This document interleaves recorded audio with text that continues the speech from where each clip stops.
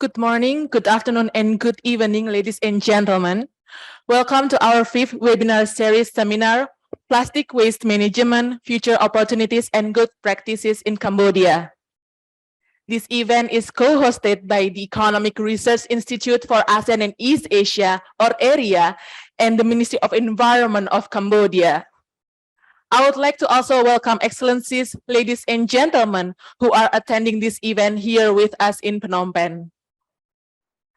Allow me to introduce myself. I am Ellen Putredita. I'm a research associate at ERIA's Regional Knowledge Center for Marine Plastic Debris, or RKC-MPD, and I will be your moderator for today. Now, I would like to invite Ms. Sok Sremom, the Vice Officer from the Department of Green Economy, the Ministry of Environment of Cambodia, to facilitate the opening session. Ms. Sremom, over to you. Thank you.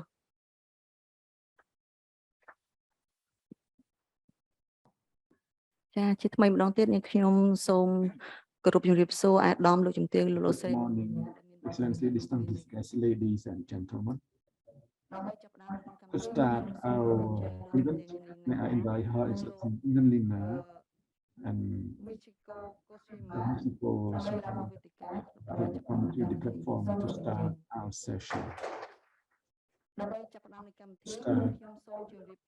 would like to announce the background of the session that it is organized by the Center of Knowledge for the Marine Debris of RKC and the ERIA that collaborate with the Ministry of Environment of Cambodia and will present about the challenges on the plastic waste management in Cambodia, and it highlights about the importance of our sector and sharing knowledge based on experiences international and India. The first mission of MRPD is to disseminate private company to proceed their business to reduce the marine debris and awareness is important event presided by Agency the Deputy General Director. Respected to Dr. Aladdin Rio, Senior Economic Advisor, Aladdin, respected to Dr. Michiko on the environmental issue of area. នឹងសូមគោរពនិងស្វាគមន៍ចំពោះវត្តមានអញ្ជើញចូលរួមពីអាដាម Excellency, distinguished guests, ladies and gentlemen, from MOE, the technical group for the sustainable use of waste that make this event possible. Before starting, I would like to invite Excellency, distinguished guests, ladies and gentlemen, national and international guests, please rise for the national anthem of Cambodia. Please.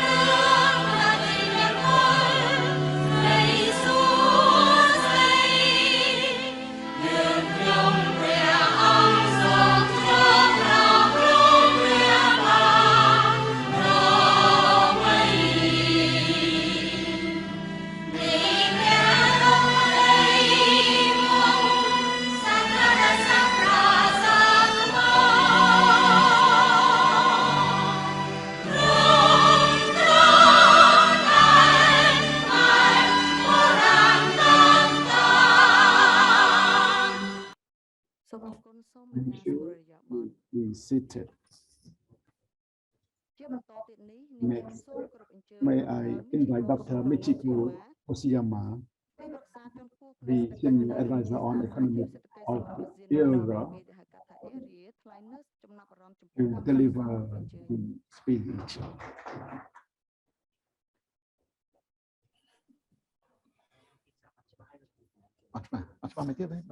Volume on.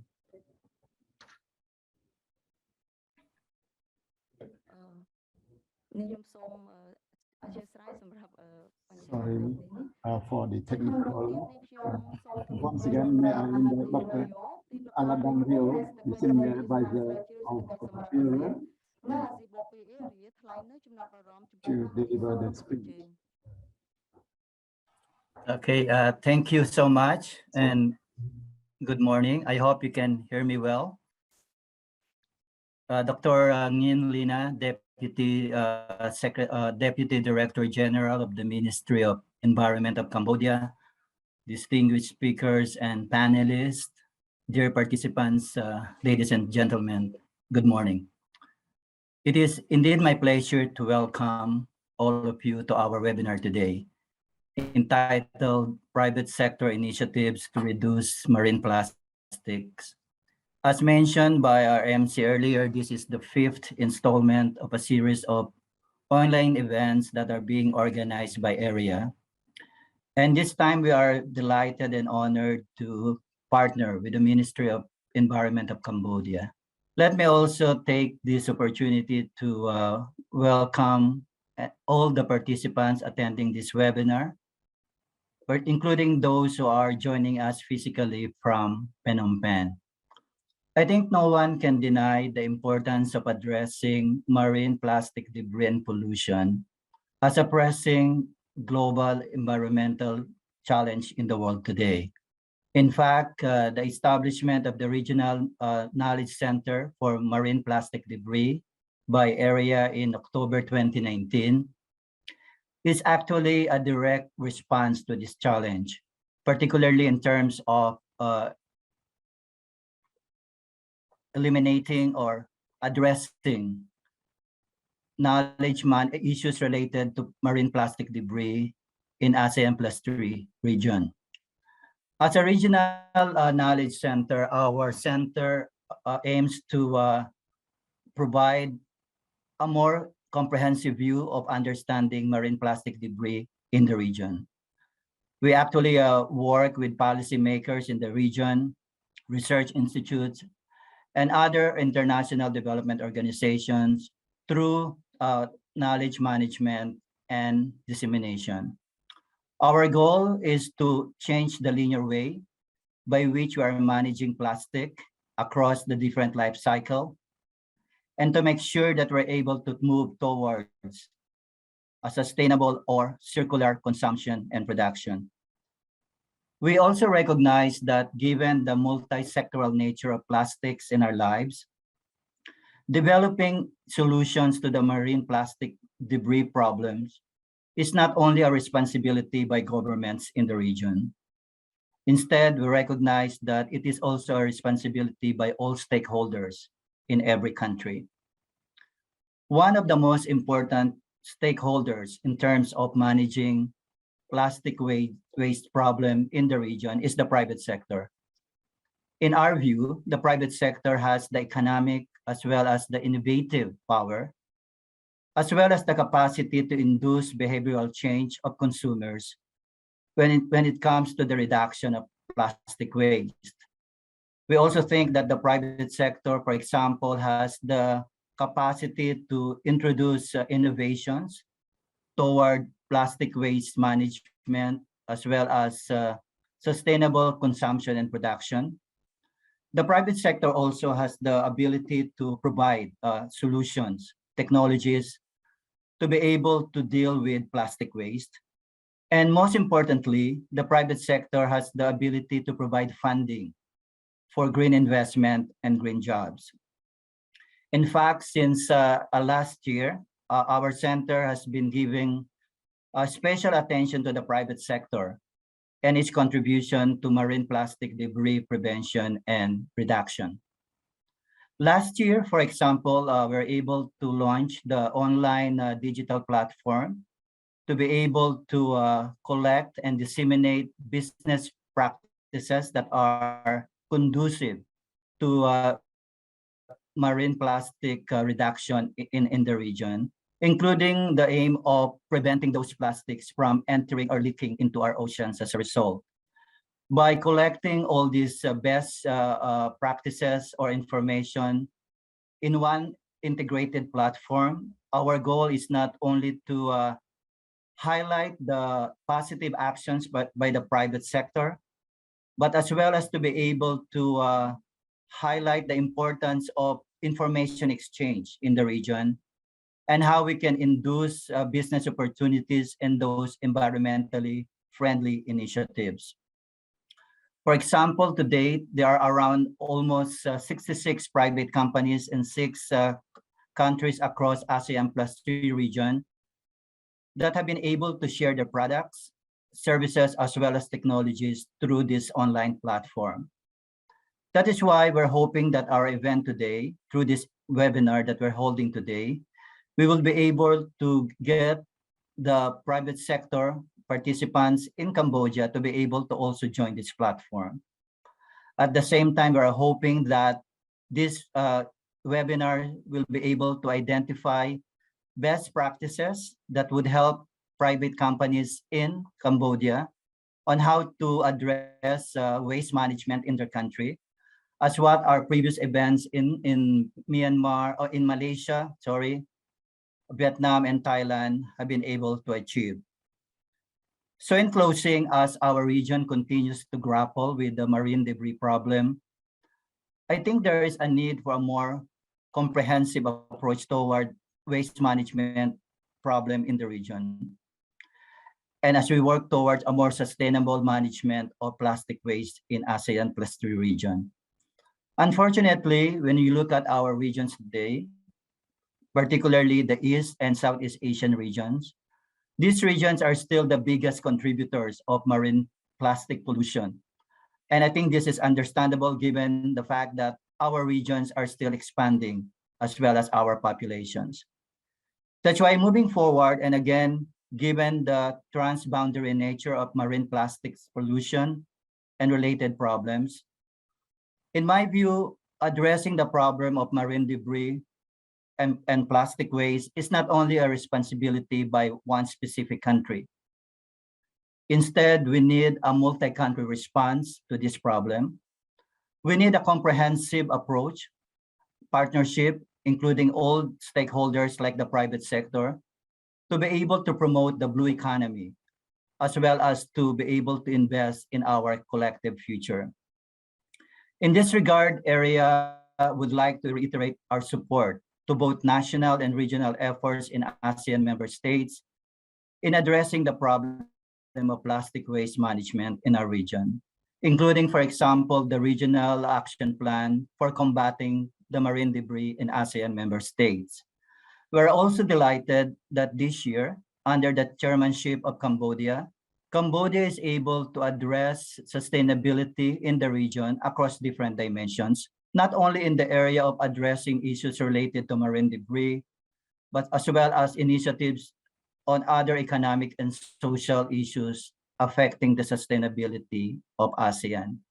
So in this regard, ERIA stands ready to support Cambodia in ensuring that those commitments and deliverables under the chairmanship of Cambodia this year are being achieved.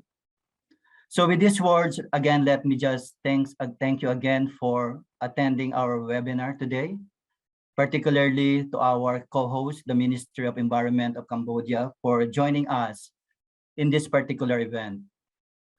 I think this occasion is very important as this will allow us to hopefully exchange more information and learn from each other.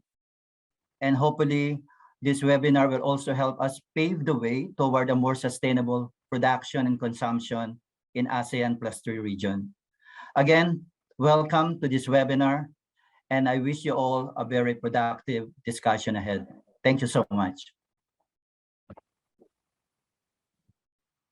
ចាសូមថ្លែងអំណរគុណយ៉ាងជ្រាលជ្រៅចំពោះការផ្ដល់ចំណាប់អារម្មណ៍និង you for the ព្រឹត្តិការណ៍ក្នុងពេលនេះនិងសូមគោរពជូនពរដុតទ័រនិងក្រុមការងារជួបតែសំណាងល្អ wish you good health. Next, may I invite again Deputy Director of Policies to address the open remark.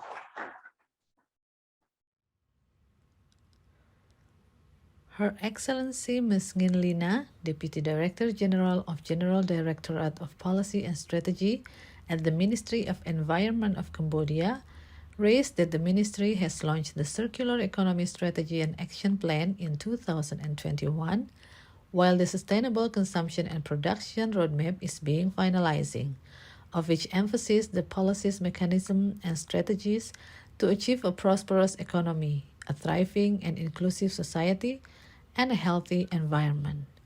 To implement these strategies and policies, it is crucial to have good collaboration, mobilization, and participation from both public and private sectors. She emphasized that the private sector engagement scheme required key stakeholders to actively participate and involve in a fundamental responsibility for accelerating the implementation process of the above policies in their supply chain. Relevance to the corporate social responsibility, circular economy concept, and environmental initiatives are the key concepts in overall resources and waste circulation, such as waste separation, waste recycling, or composting as fertilizer, especially the reduction of the single-use plastic materials. To achieve key targeted of the action plan and the roadmap, the private sector may face a number of challenges, such as lack of capacity or skills, influential leadership, harmonious partnerships, and exhaustiveness and complexity of interlinkages among the goals and their targets, and lack of monitoring and evaluating methods for assessing the progress of implementation. Moreover, there is a dire need for a reliable set of measurable indicators to support the private sector in measuring the implementation progress. With this requirement, the Ministry of Environment needs more cooperation with other countries as well as development partners to enhance capacity and advance technical skills, along with monitor and evaluate the circular economy's implementation in Cambodia. Thank you so much, ladies and gentlemen.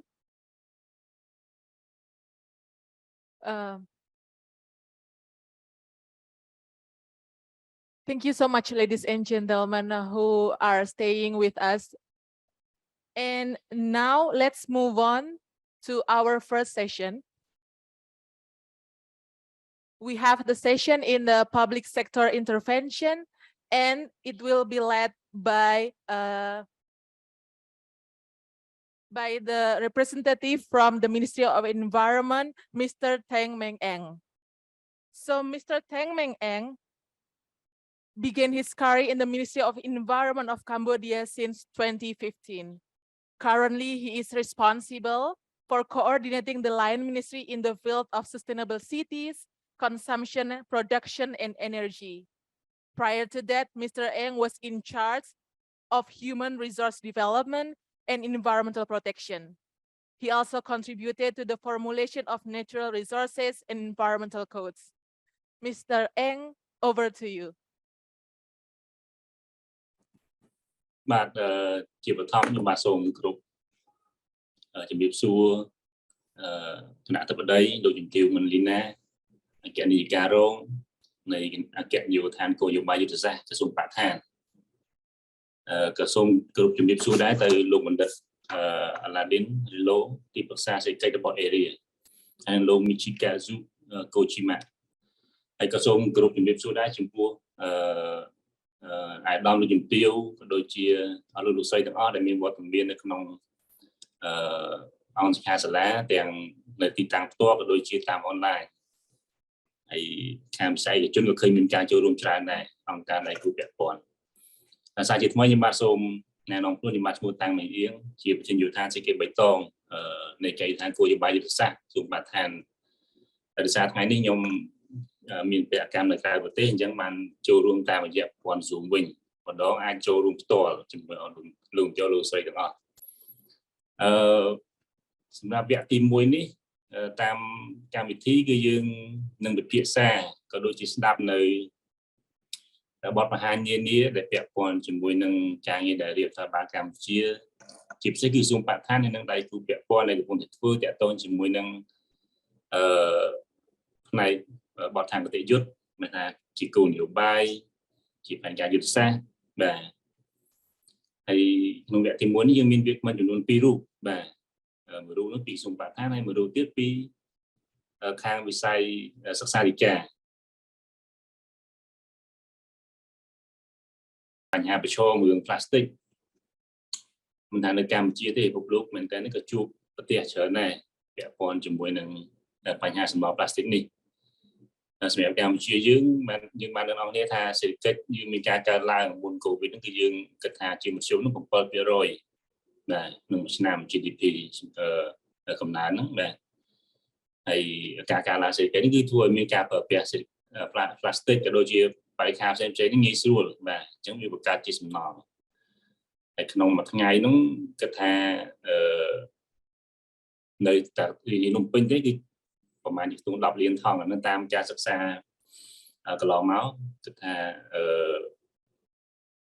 នេះគឺជាមូលច្រើនបាទអញ្ចឹងវាប៉ះពាល់ទៅដល់ការគ្រប់គ្រងទៅដល់សំណល់ទាំងទីលានក៏ដូចជាការបោះចោលនានាដែលគេហៅថាมันបានចូលទៅដល់ទីលានហ្នឹងគឺហូរទៅក្នុងប្រព័ន្ធទឹកទន្លេស្ទឹងបឹងបួរហើយចុងក្រោយទៅដល់សមុទ្រអានេះគឺប៉ះពាល់ធ្ងន់ណាស់ទៅដល់បរិស្ថានជីវៈចម្រុះបាទសុខភាពសត្វមនុស្សសុខភាពនិងជាពិសេសគឺសេដ្ឋកិច្ចជាតិតែម្ដងបាទពលរដ្ឋយើងមានសុខភាពទុនខ្សោយជាងមុនគឺការចូលរួមក្នុងការអវត្តការងារទាំងសេដ្ឋកិច្ចទាំងឯកជនក៏រដ្ឋក៏ដោយមានការប៉ះពាល់អញ្ចឹងតាមហ្នឹងគឺរដ្ឋាភិបាលកម្ពុជាក៏ជាគេថាហត្ថលេខីមួយរូបនៅក្នុងក្របខ័ណ្ឌគោលនយោបាយបរិស្ថានអន្តរជាតិគឺយើងបានចូលរួមច្រើននៅក្នុងបញ្ហាបរិស្ថានហ្នឹងយើងជាហត្ថលេខីដែលបានបញ្ជូននៅការបញ្ញាចិត្តក្នុងការកាត់បន្ថយការប្រែប្រួលអាកាសធាតុការបញ្ចេញឧស្ម័នភាគចរហ្នឹងបាទយើងក៏ជាហត្ថលេខីមួយចំនួនទៀតទាក់ទងជាមួយនឹងសំណល់ប្លាស្ទិកជីវៈចម្រុះហើយនឹងការចូលរួមក្នុងការអភិវឌ្ឍសេដ្ឋកិច្ចដែលមានការប្រើប្រាស់នៅបច្ចេកវិទ្យាយើងរៀបចំយ៉ាងហ្នឹងគឺយើងមានការរៀបចំនៅបច្ចេកវិទ្យារបៀប digital ដែរបាទហើយចុងក្រោយមែនតើបើសិនជាជាក់លាក់ម្ដងគឺតាក់ទងជាមួយនឹងការងារសេដ្ឋកិច្ចវិលជុំគឺយើងបានរៀបចំនៅផែនការ also develop the strategic plan and activity concerning to the revolving economy. And not to waste time, I would like to introduce the first speaker that he will make presentation on this work.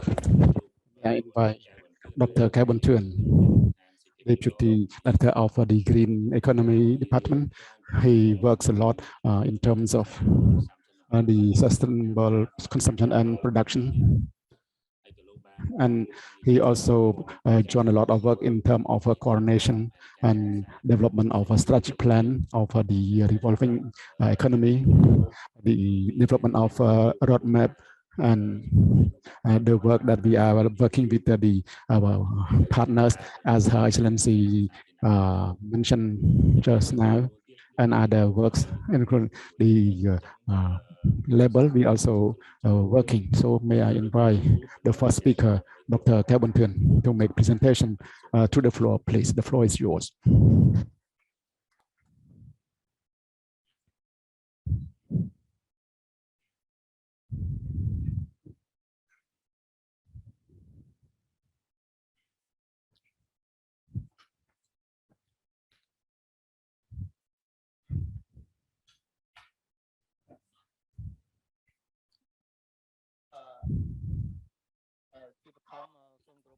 First of all, my respect to Dr. Aladdin, the Senior Advisor of Economic of ERIA, Wiji Fusima, Policy Implementation of ERIA, who spent time to attend this session. And my welcome to the ERIA working group from Indonesia, 5 members. And thank you, Mr. Director, ladies and gentlemen. In the name of the organizer of a circular economy I have cooperation with the stakeholders, and I am appointed to make presentation. So I make presentation on circular economy implementation. Normally, we develop the legal instrument on circular economy, and we have been disseminating, and we also circulate to the relevant ministries. We participated with stakeholders on implementation, that the partners also think about this circular economy, because we aim to have better plastic waste management.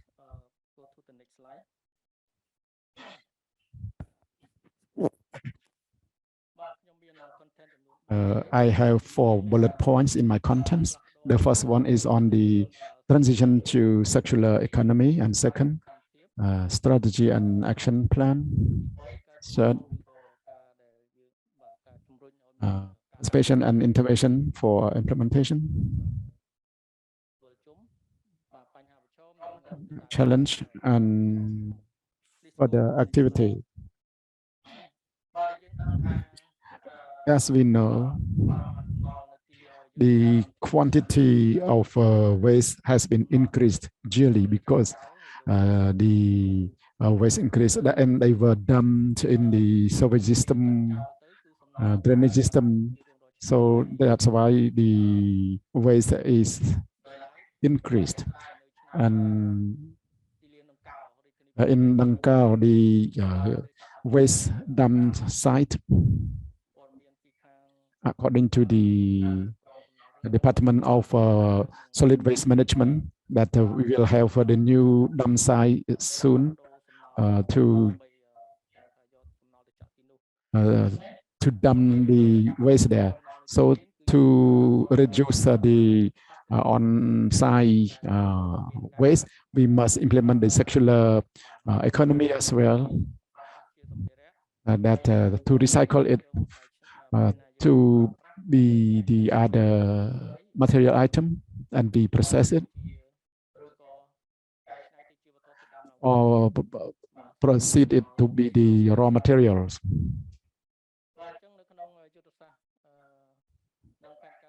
In the strategy and action plan, I have this point that increase sustainable production and energy use, increase sustainable consumption, reduce waste generation at source, and we improve effectiveness of waste collection, management, segregation, and transport. So our objectives are to reduce the waste at source and promote the use of renewable energy and processing the waste into energy, etc., that become the biomass. And MOE cooperate with the Chipmunk company, and we have implemented for sustainability, and we try our best to follow the plan and to the strategy, so that we get the success.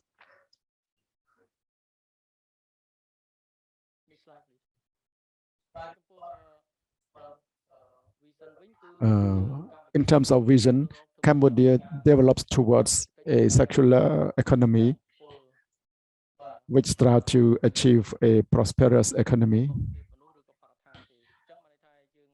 a thriving and inclusive society, and a healthy environment. So this vision we promote that when we use the processing waste, renewable waste, that we will have the healthy environment, and for mission that to create an enabling environment for the public, private sector, academia, education, etc., in order to promote to implement the circular economy in Cambodia. And here we have 5 strategies. Each strategy we have action plan, separate action plan. So what the first strategy, I don't need to read because the time frame. And second strategy, we promote the sustainable consumption and the reuse. Our country is poor, so the refixing is still effective. So for the other country that they just have one use of materials, and for our country that we can take the waste to reuse again. So it is also an opportunity that Cambodia try our best to reduce the waste, especially the electronic waste. Please go to next slide. And another one, we promote the waste collection and processing. We have the enterprises. Just we have the small enterprise. We don't have the large enterprise. So the enterprises, these enterprises try to process the waste like the area in Chiang Ai and other areas.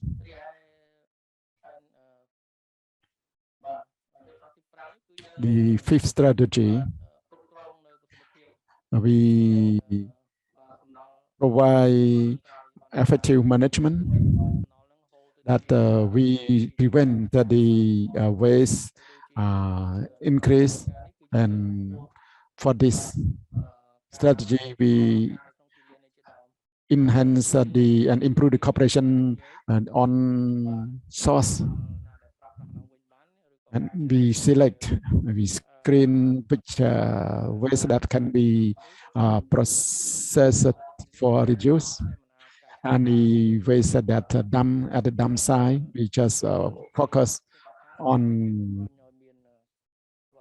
dividing the waste that can be reduced and the waste that needed to burn. Currently, we have not effectively implement in accordance with our plan, but in the future, we will have for more effectiveness. So we promote all stakeholders and we raise awareness, all the stakeholders to be aware of the circular economy. We try to reduce all types of waste. Like in the marine plastic project, we provided the water filter for the dump site, and we provide the water filter in some schools, and we are implementing a project that is the public sector that we provide the water filter to them so that they do not use the bottle, the cleaning water that contain in the bottle, plastic bottle. And we try to find out other partners to provide the water filter to use it and to be the model and to reduce that the state is a leading agency to raise awareness and to implement so that we can change the behavior to reduce the use. And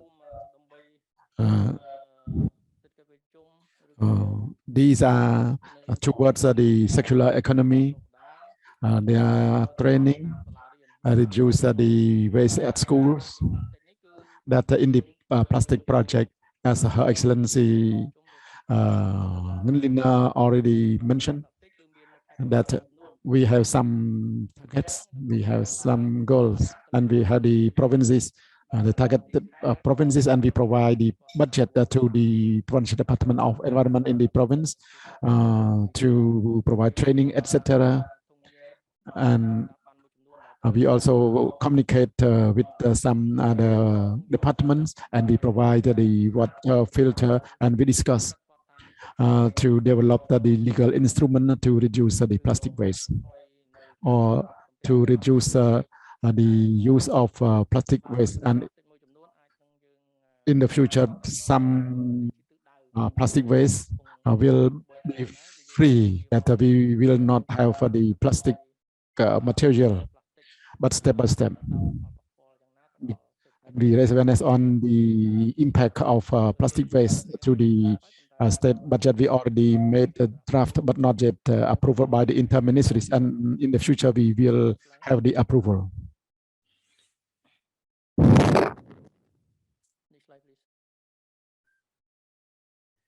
Next slide, please. And like Dr. Aladdin already mentioned on the innovation in the project of our MOE, we also promote the innovation, that we promote some enterprises to reduce the use of plastic material, and to process it to reduce, like the tire that they can process into the dustbin. That's not so heavy. And the weight is just around 1 kilogram. Just 1 kilograms. At the beginning, I used, and when the people who collect the waste, that when they see the dustbin that made by car tire, that they want to raise up because it's not so heavy. So this dustbin was processed, and it is light, easy to lift up. And some bag, it was processed into the purse and so on. So the project that led by the state sector, trying to use the processing materials.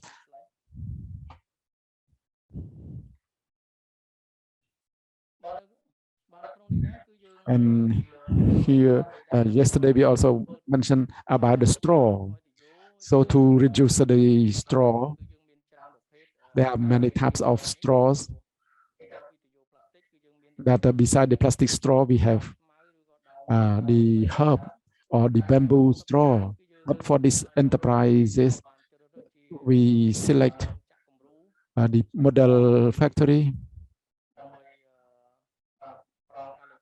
and we provide incentive for them so that they produce the straw produced by the other material besides plastic. That we try to urge them. And some material produced from the banana trees, that they use and produce some materials from the banana trees. And for challenges, the circular economy is the new concept, which is not easy to implement, and do not have any policy, legislation, and guidelines. And the forward activity, we try to work with the Japanese company to implement this. We have been implementing respectively circular economy is require the stakeholder like the GIZ, the partner, it try to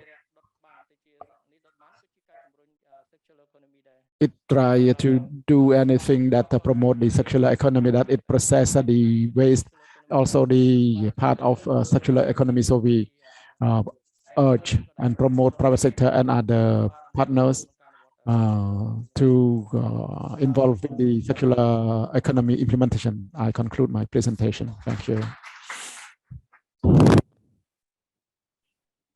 បាទអរគុណលោកបណ្ឌិតកែវ Thank you, Dr. Kabuntun. Oh, sorry. បាទអរគុណលោកបណ្ឌិតកែវ Thank you, Dr. Kabuntun, for presentation in terms of a strategic plan and action plan on circular economy. We see that Cambodia set the policy very important for the environment from the private and the public sector. And he also mentioned that in Cambodia that we have been doing some works to reduce the plastic waste and the plastic material, that sharing knowledge, provision of the water filter dustbin. So it is a part of reducing the plastic waste. So the second speaker, Dr. Jamong Tuan, the Deputy Director of Department the Environmental Science in the University of Phnom Penh. He works a lot on the solid waste management, that he worked for more than 10 years, and he awarded the doctor degree from Japan, Yokohama. I think that he have a lot of experiences. So now the floor is to Doctor, please. Good morning, Her Excellency Ngandina, Deputy Director from MOE. My respect to Dr. Aladdin. My respect, Mr. Shima, distinguished guests, ladies and gentlemen, participant online and the face-to-face participant. Today, I have honor to attend webinar on plastic waste management, especially in Cambodia. And today, I see a lot of participation from institutions, as well as experts from Indonesia, from Japan, along with the private sector on experiences on the processing waste, especially the plastic. As Mr. Meng Yen mentioned, I have experiences. Yes, not so much experiences, but I work and I am awarded the degree from Japan on solid waste management. And currently, I also involved with ADB World Bank that work on the waste management, especially the building of the dump site in some provinces. That it is a new concept for Cambodia. True. And in the past, we did not have the dump site. On the hygienic landfill, but now we do not reach the sanitation field completely, but we just step by step that it is better than before, much better than before. That in the past we just had the open dump that just dump the garbage and waste without any management. So it is a new concept for Cambodia. As Her Excellency mentioned, in terms of plastic waste, and through the video illustrating the short clip of video, and the previous speaker mentioned, and MOE participate a lot in this work. And taking this opportunity, I would like to mention a little bit in Phnom Penh, especially there's increase of the waste that around 3,200 tons per day, that the waste that they are transported to the dump site. So we found that the big volume of waste, and some provinces, the waste volume also increased, and in it, the plastic waste is important of the waste, that perhaps from 10 to 20% of plastic waste in the waste. So it is the challenge that we have paid attention. So because of the time frame, I just briefly present. Please, next slide.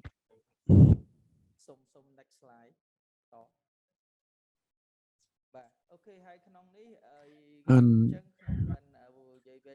I do not have long comment, but I just focus on plastic. That we are challenging the 11 categories: PET, polyethylene, polyethylene, polystyrene, polylactic acid, polyacrylic acetal, polyoxydylene, nylon, ABS. These are the 11 types of plastic. They are the chemical substance as a plastic that are very popular in the globe. There are 11 types. I have some documents, including the images. Ladies and gentlemen, if you want, we will give you.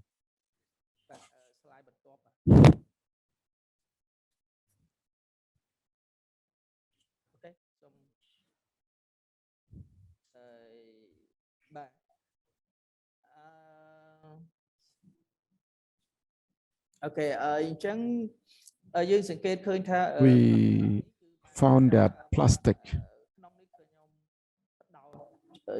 this, I focus on plastic bags because plastic bags are the bags that very popular in Cambodia for using, especially the single-use plastic. The plastic bag just single use, for single use. And these plastic bags happened in the 60s, and in Cambodia, just in the 90s.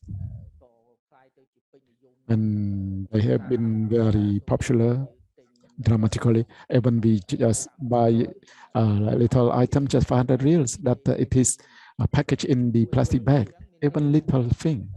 So that the plastic is very popular. And also MOE, Ministry of Environment, developed a sub-decree on the reduction of plastic bags. But this scope, it just cover in supermarkets. And I also heard that MOE will develop another sub-decree focusing on the general plastic. Perhaps it will be finalized and issued soon.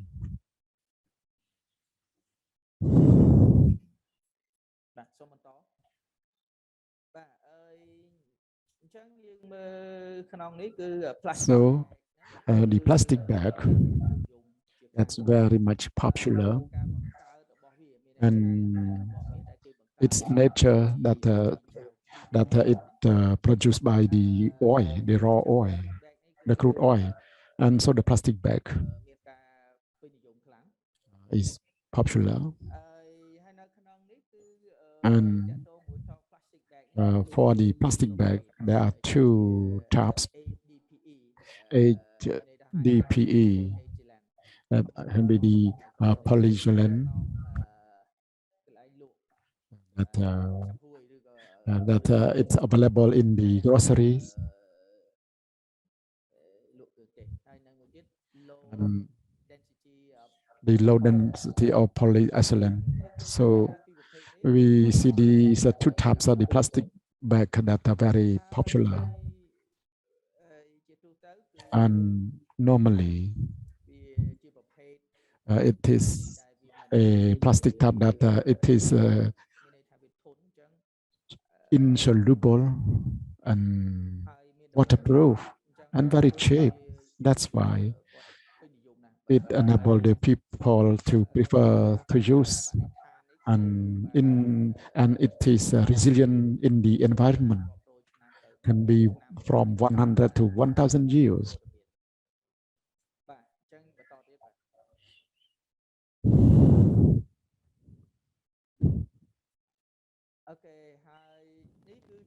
And it is the quantity of bags that used in the globe, that big quantity that from 500 billion to 1 trillion of plastic bags, and perhaps 2 million plastic bags. So a big amount.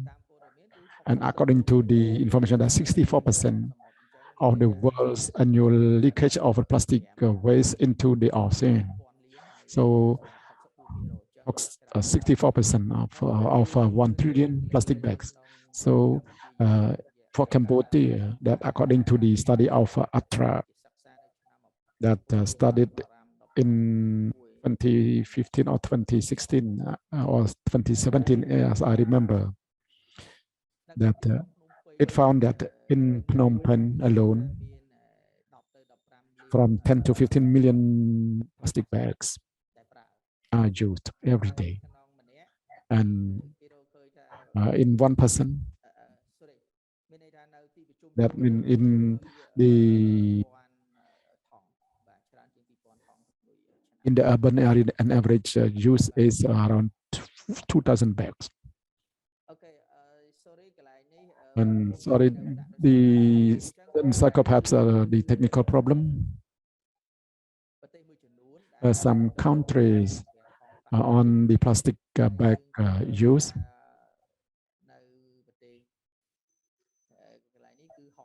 Here is Hong Kong, that more use that per capita and per year.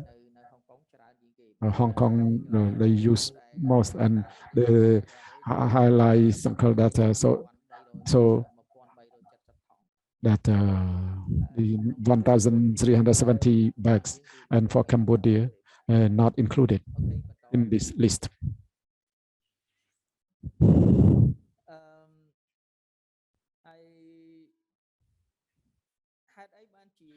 Why the plastic bag? Because we found that normally that it was provided free of charge.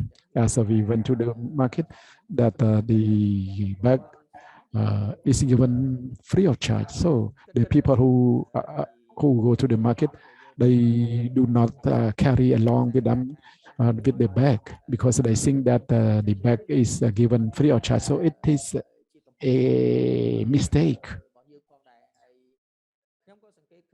And I also found that when we enforce the sub-decree, I do not remember the number of sub-decree that issued by MOE in terms of reduction of plastic bag. We found that in the supermarket, the percentage of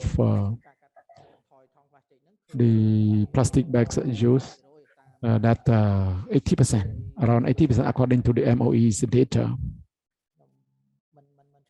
I do not remember well, but I attended a workshop, so it was effective. So if the other markets follow this principle, this model, that we can reduce the plastic bags,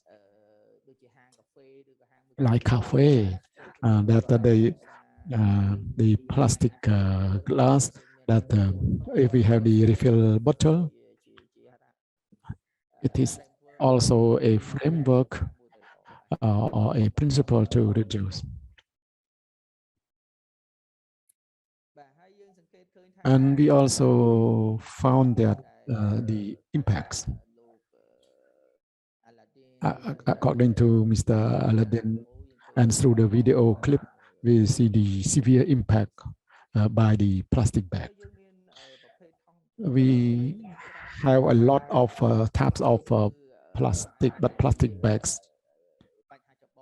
That it is the first priority, as in this picture, that some birds confuse that the plastic as their food, so they are trapped, like in this picture about tourism, and that the drainage system is blocked because also the plastic waste that it block the drainage system. Biodiversity, and especially the microplastic in the coastal areas, etc. As the previous speaker mentioned, that everything dumped in the ocean, that from the upstream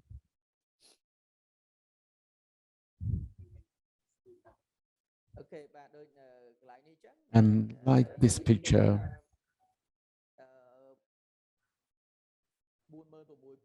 that 46,000 pieces of plastic floating in each square mile of the ocean. So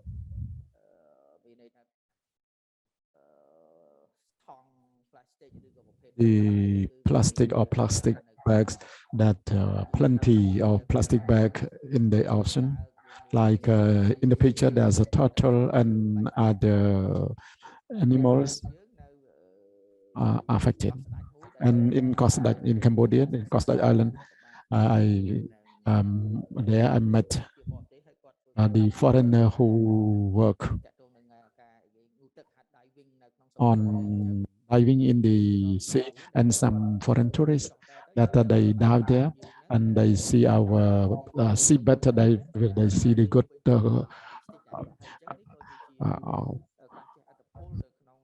view, but they also see the plastic, so it affected the tourism at our seabed. You just have 1 minute. Thank you. I conclude soon. And this is what I already mentioned. So it is a severe impact in terms of the turtle, that it not only affect their health, but it die of this, like the birds or other fish, etc.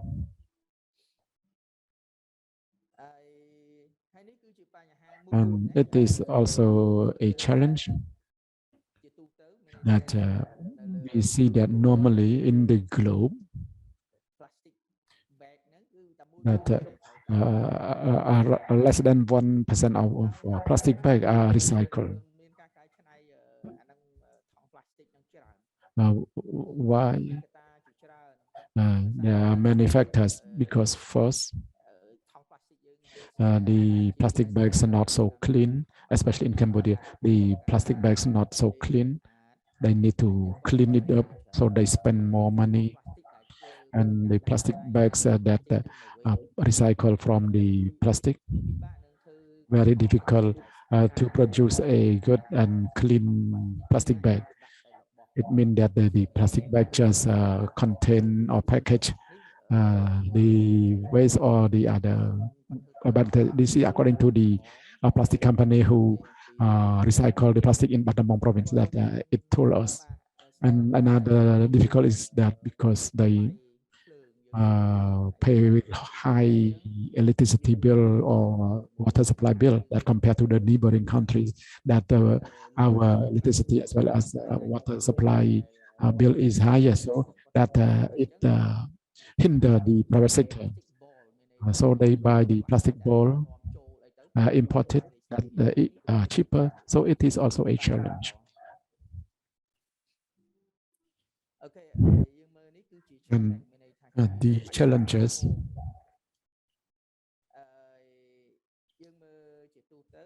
normally all kind of waste are mixed and disposed at landfill. There is no sanitary landfill in Cambodia without any precaution and treatment. The challenge, the first challenge, our current waste have not yet divided, that it mixed together. So they just collect and then dump. And currently, we do not have a sanitary landfill yet. So it means that our waste have not yet been recycled and processed. We just we just have the material recyclable, like aluminum cans, etc. So it is a challenge.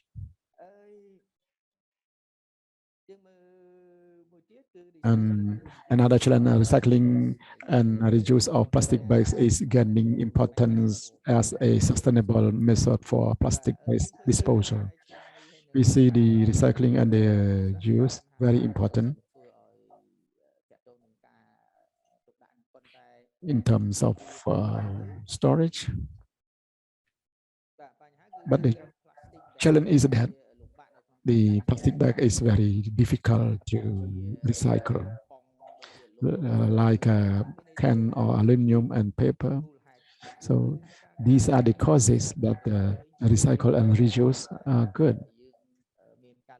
But we are difficult, as I already mentioned, that some private companies that after my presentation, that there will be the presentation by the private company.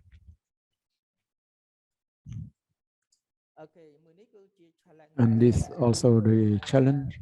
We found that the cost is very costly. Here, if we spend $4,000 to process and recycle 1 ton of plastic bag, when we sell, we just take $32. So it is a challenge, the big challenge to promote the plastic bags recycle. And our plastic bags that small size, medium size. So if we recycle it to be the construction material, perhaps more potential.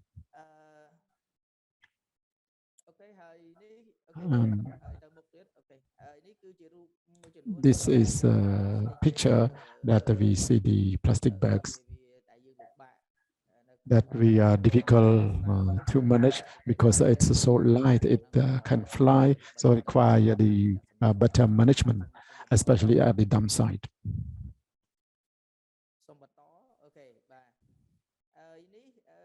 And these are some pictures showing that these are the waste in Phnom Penh. I took the photo and they dump near the drainage part. So it is the challenge when there is raining that we see the plastic bag and other plastic like the meal box, food box, that plastic very popular for use. Policy instrument. We can have a full ban and partial ban in terms of sickness, day, price, and the price it backs on import, and the price for sale in terms of tax for the importer or producer, and incentive if they can have the alternative for use rather than the bags. So we provide incentive this for the ministry or government or other organization or private sector that can involve.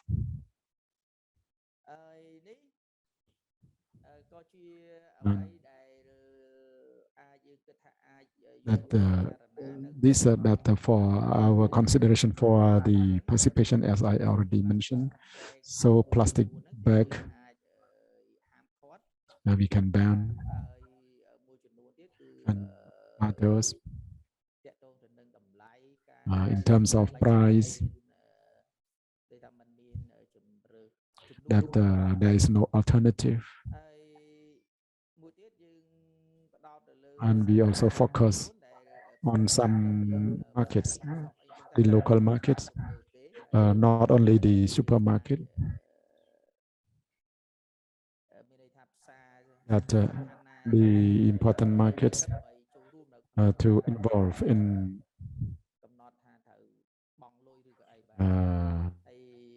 asking the customer to pay for the plastic bags. So they do not provide the plastic bag free of charge. So it is a participation so that our people focus on this issue.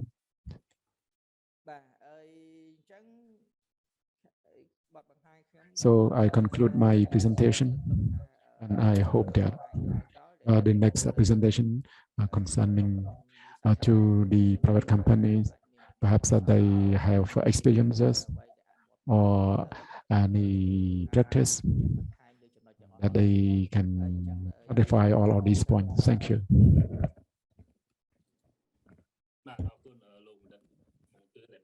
Thank you, Dr. Sopurn, who made the presentation on the challenge related to the plastic, especially to Cambodians. So we open floor for question Q&A because we have a short time. We have 6 presentations. Do you have any comment or questions on our workshop or online or face-to-face or visuals? Please raise questions. If ladies and gentlemen have any questions. If I don't see any hand raised, but if no questions, I would like to go to this online chat box from Chris Virarino. He asked whether the bans on the single plastics can difficult to do it if there's no replacement, there's no other replace or substance, no other substance to what is the latest development that government doing with the substance uses. What is the substance uses can be support in the market. If Dr. Kevin Thun and can answer these questions before we have others question from our participants, please.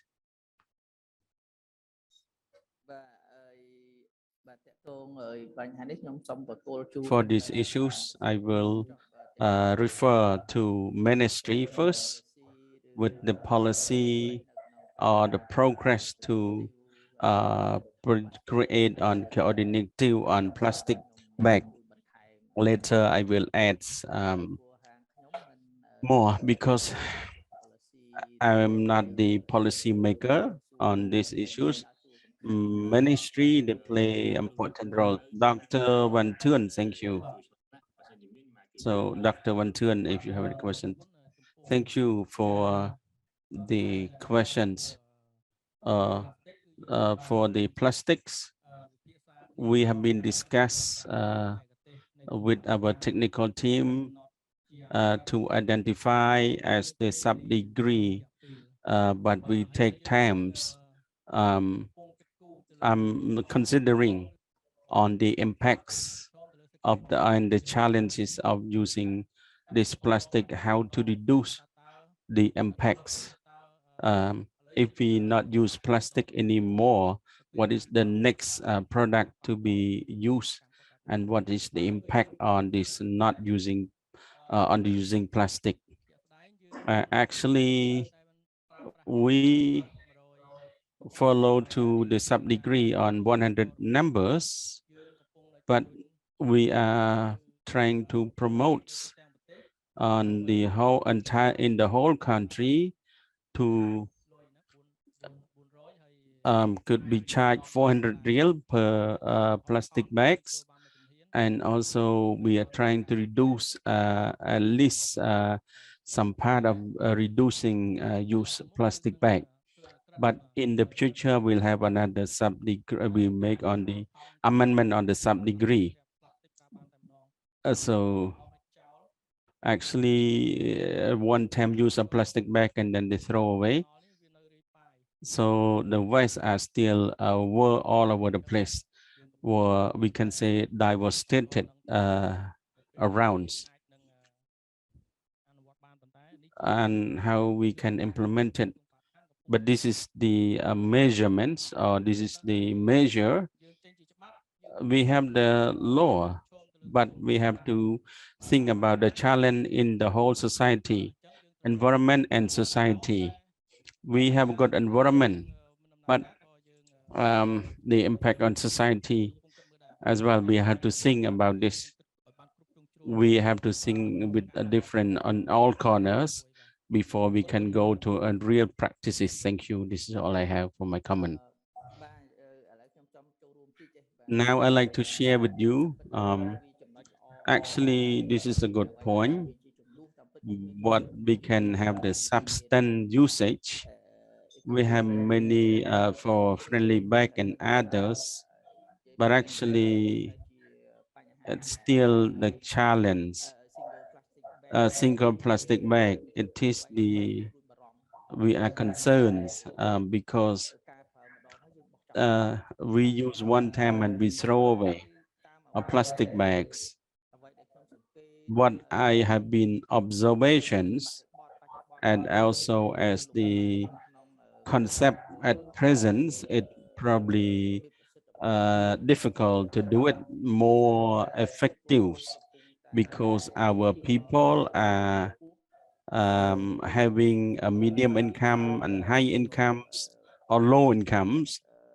They also a low income, a medium income in 2030. So actually, it's also an economy booms. It's also a big challenge for us. We cannot ban directly. It cannot works, but in the future we can foresee, can do it. We need to educate people so they can understand the impacts. Now they are really using a lot of plastic bag. When they buy hot soup, they still put the hot soup in plastic bag. So it is really affected to hell if we using the hot soup in the plastic bag can be affected, badly affected. But actually education dissemination is take time. The education is more important. Ministry of Environment as the government scenario will trying to reduce those we cannot reach what we want to have. Actually, my answer, it had to ban directly, but we can reduce bit by bit. I think we can work that way. Thank you. Thank you, Dr. Kevin Thươn. What you have been considering and balancing on the bannings with thinking about the impact of the peoples on how to help the environment. I'll try to help this question, help to answer the questions on behalf of the scenarios.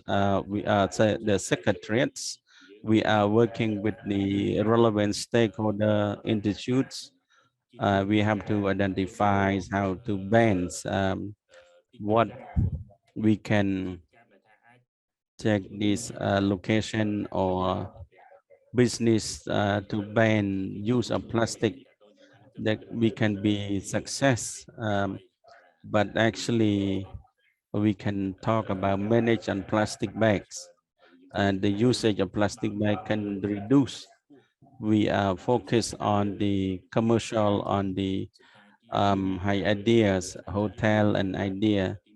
It is the first location priority to do the banning. we can still discuss that. We have been trying to discuss a part that we can focus on the commercials, and we cannot disconnect it. The government has been set out a policy. The participation of their people and commercial will require for people to participate, how is to impact. So the West management, they work a lot with our team with the same questions. How to promote the substance can go to the market, they can use. Important about the price, so people have to understand. We are still working. We give them the incentive to make this substance usage cannot compete with plastic, but plastic is cheaper. Could be 5 or 6 times much cheaper plastic bags. So the substance material have to be cheaper than plastic. So people have to understand. People were able to afford and buy them and start to use them. So the substance usage, it's easy to use and for get more support. So however, with other Ministry of Commercial, Ministry of Industry and Scientific and Innovation, they all also support. We have others, how the governments have planning to make the fields, could be sanitary field. Our participant can, Mr. Rasmay can answer this question, please. Thank you. First of all, my respect, Excellency, Madam, Lady and Gentlemen, Rasmay and the Department of Solid Waste Management and Ministry Environment. First of all, why government did not ban plastic usage? Sub degree on 168 on the plastic bag management we have created in 2017, but we implemented in the middle of 2018.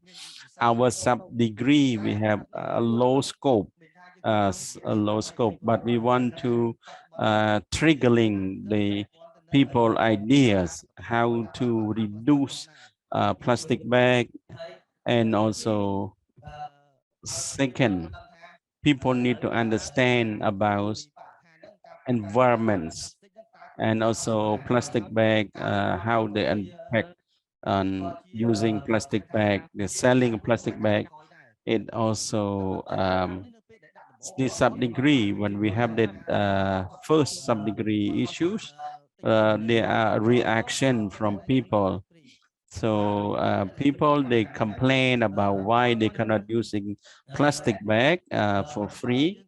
But at present, we are preparing on the legislations on all the ban. It's not banned on all of the usage. In 2023, we are planning to make this policy to ban in the different ministry of government first.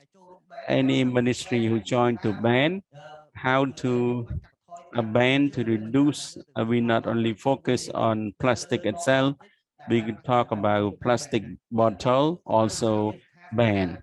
The workshop in all ministry, they need to reuse those, not using plastic bottle water. Ministry of Economic and Finance, we submit the letter to Ministry of Tourism, and the area need to be banned on plastic usage. It's not only focused on plastic bag itself, but we need to follow step by step. In 2023, we need to make those plastic bag sell. It's about 400 real. It's about 2 cents or 3 cents US dollars. But we need to reform on the price, or we can reduce numbers of different tourism location or any locations using plastic bag. Second question, for sanitary fields. We have sanitary fields, and we were implemented in Senuk province. And Cambodia, we constructed about 80%, and we constructed 20% in Battambang, Kampong Chnang. We are working on the area and around Palesap Lakes site. We constructed and also in the coastal area. This is our plan. We're cooperated with ADB and World Bank donors. This is our planning for Phnom Penh City. We also proposed land about 141 hectares in Kandal to construct the sanitary fields in Kandal province. So we had been approved from governments. We are seeking company to construct this sanitary field company. So in Dangkao, sanitary field will be, we not use this field anymore in the end of 2023. We constructed the new sanitary field with sanitations with the good standard of construction. Thank you. Thank you, Mr. Rasmay, for your additional informations. I think because of time, I need to give the brief before we end this session, so we can go to the next session. Mr. Rasmay have raised that not focus only on plastic, could be the straw or could be the foam, containers, and that all kind of those stuff have to be reduced to make this people health better. Any question could be put pressure on producer or the user that what should we add on this, considering the producer could produce any respond productive, and they have the mechanism to produce or create innovative and their product. These are good questions. Because of time, some question refer to second session for private sector. So we cannot disconnect it between private, public and private. We need to allocate those technology and other resources altogether. So we now ended the first session. Thank you so much to all our speakers, two speakers, also ladies and gentlemen who participate in first session. Thank you so much to all excellency ladies and gentlemen to have 4G Naboda, strength, health, duty, with happiness in all families. I'd like to close the first session. I'll give this floor to second session. Thank you so much.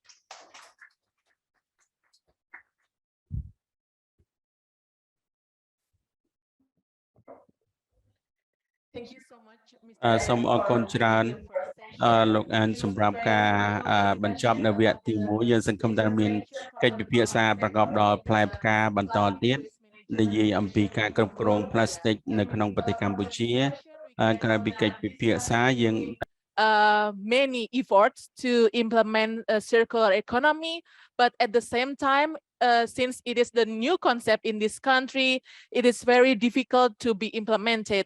And also the pandemic makes the implementation becomes more difficult. And we can also note that the circular economy implementation in this country needs more engagement from the private sector. And I think that's our aim of today's seminar, to engage more with the private sector. And now we are moving to our second session. So this session will talk more about the private sector intervention.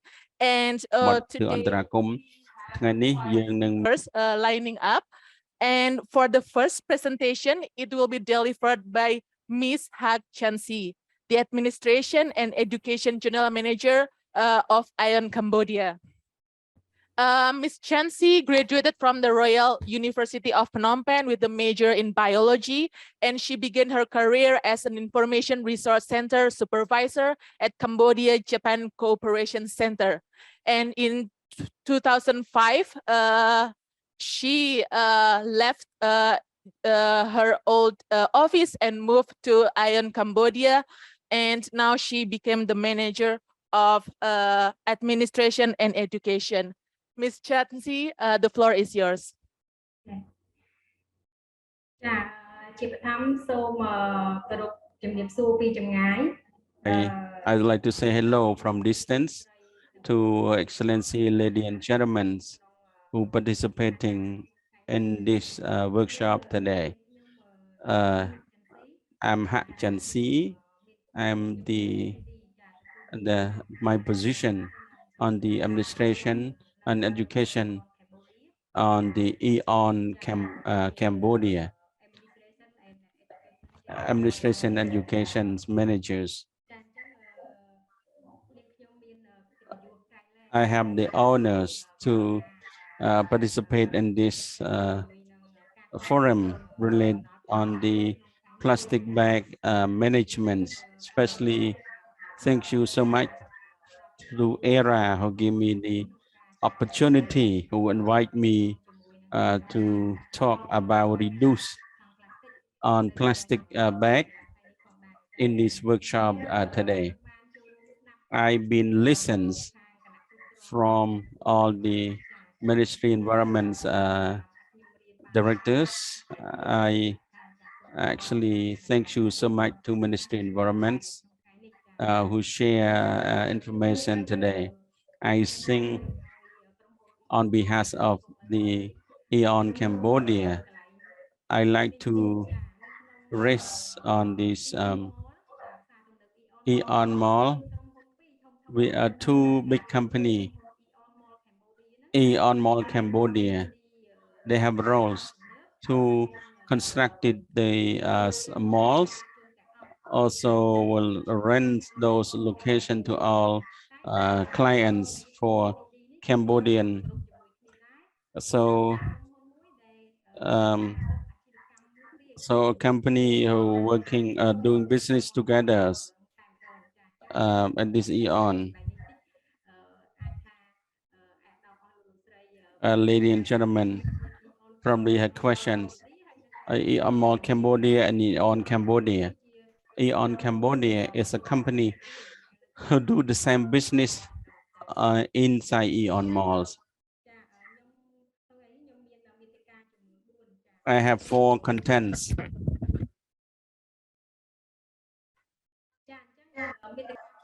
First content about biodegradable plastic bag. We change from normal plastic to biodegradable plastic bag. Plastic, it's easy to mold it, so eco bags, and also the others bag shirts, other plastic reductions, and fourth, cooperative with Chromie recycle 110 for EON Cambodia will cooperate with private sector in the special economic zone with this recycle waste. The Agomic recycle 110 with still discussions.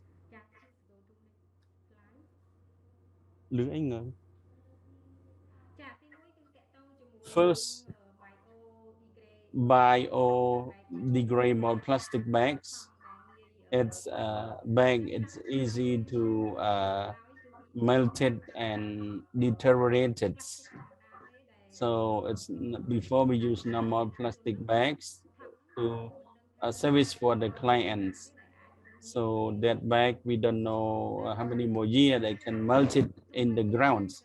However, Ministry of Environment provide this as the sub-degree later that change from normal plastic bag to plastic that easy to be melted or easy to be torn on the grounds, that we think about our society activity, especially on the environmental friendly directly. So with this plastic, it also easy to be molted in the ground.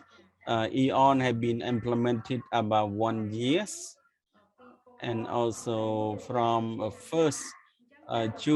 January 2021. So this bag has been connected with local company. They can show that this plastic bag is easy to be melted and deteriorated or tones in the grounds, especially for clients. So we use this plastic easy to make this plastic bag easy to be melted to make the labo make experiment in Hong Kong laboratory. So our EON Cambodia seek to understand to that is the bag is easy to be melted and also torn in the ground. So we find the supplier in depth. So make this supplier, we can make the experiment. So biodegrade plastics. We make the experiment. We found out that 1 year it can transfer to small pieces on ground, but it's not. It could be moisture. This is about 1 year after the assessment. What we see, what is the impacts? So after we mold it to small pieces, when it go to underground, it could be what is the impacts on this. What is most important?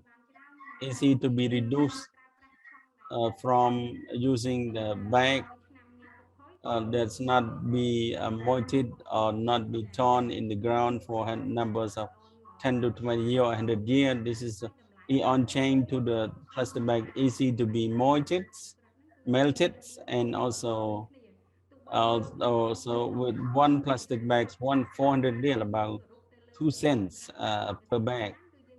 We follow to the sub degree of environment, but we also charge about 2 cents US dollars per bags.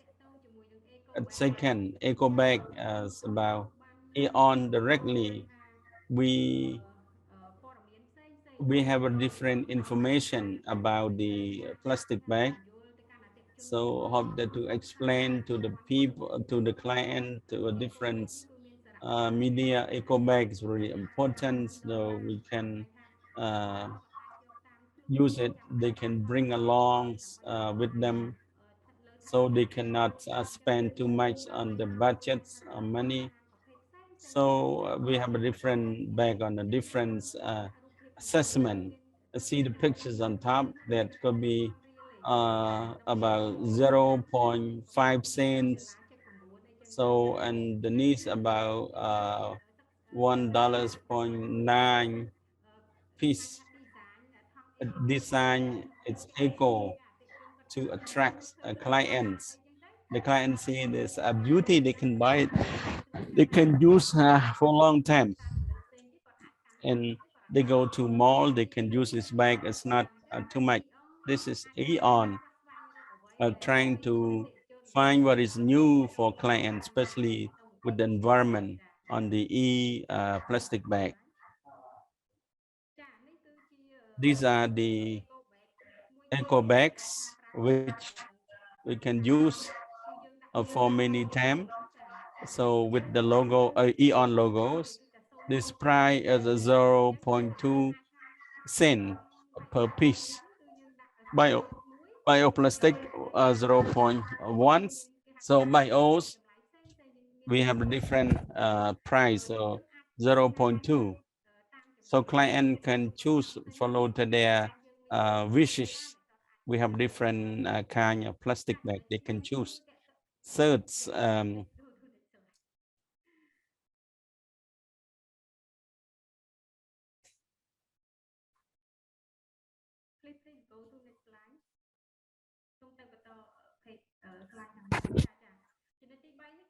Third point, other plastic reductions. If I think that all the participants on this workshop have been to buy eons as well. So on the ground floor, we have a food store.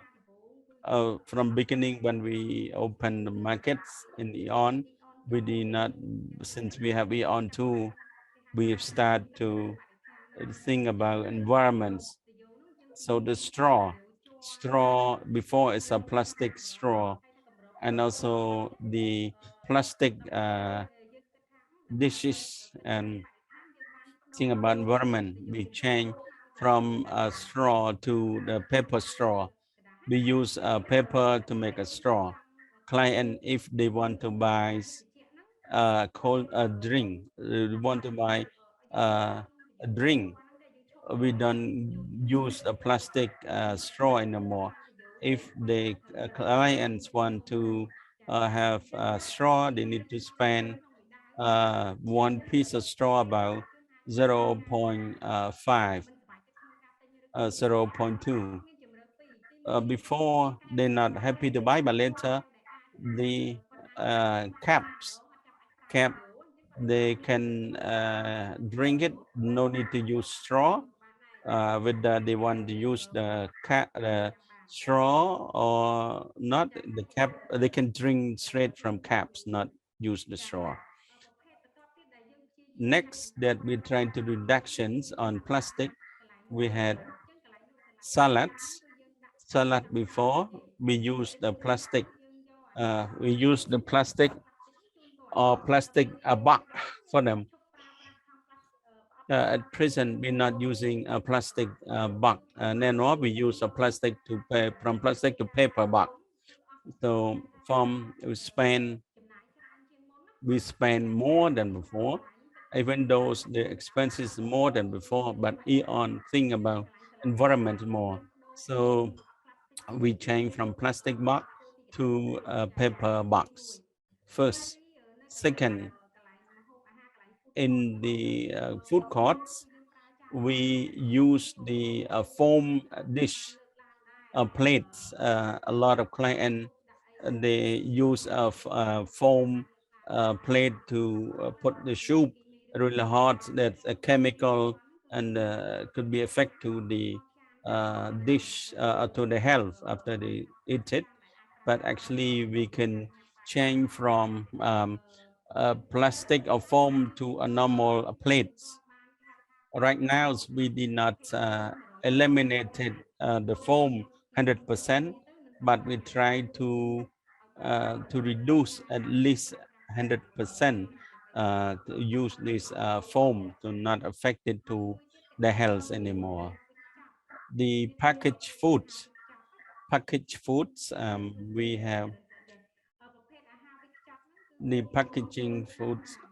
Before we use foam, now we change from foam to the box that could be designed for that. Even Eon increase to the expenses, but Eon also trying to protect environments. So packaging from foam to a box that can non-plastic, actually they can use other stuff as well, not food on this box. As I've been present to you from beginning, this is still negotiations, but with the Japanese company Gomi Recycle, they cooperate with Eon directly to using the bottle of plastic to recycle on other products. Is no rubbish collection flow to their criteria. We'll study more with the company how we can cooperate with them and what level, so we can do this cooperation later. This is what they have been provide information to EON. They have a skill to use a plastic, and actually they have stepped to collect those rubbish. So EON can cooperate on what level? So as I've been mentioned to you, we will discuss with them on these issues.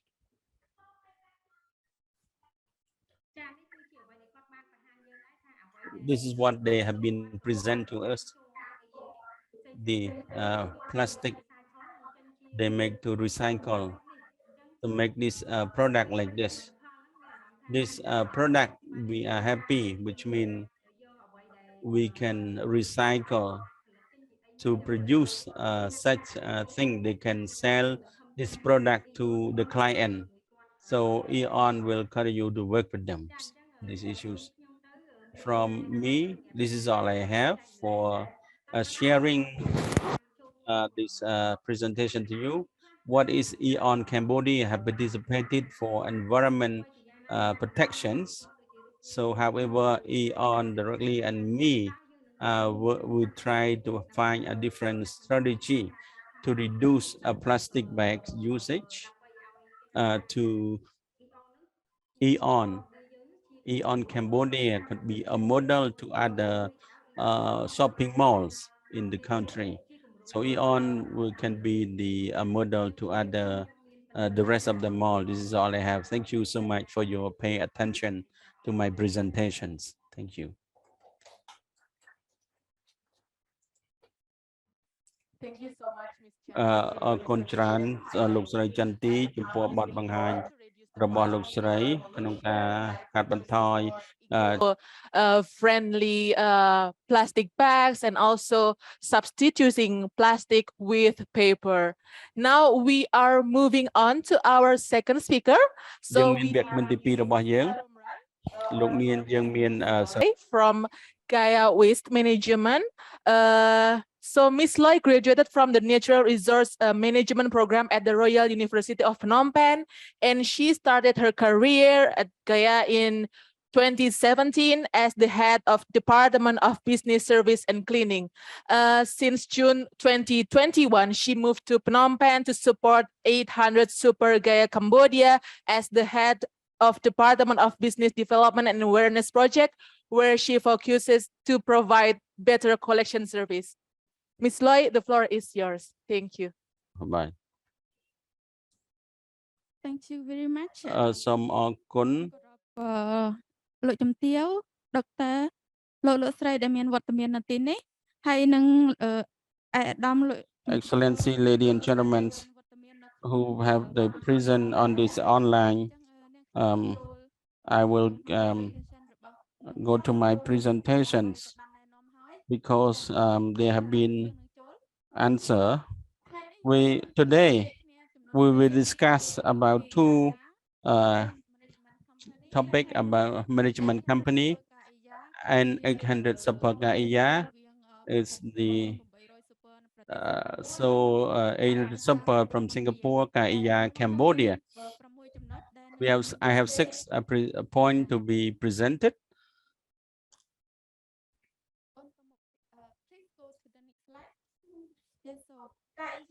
Gaia, global awareness.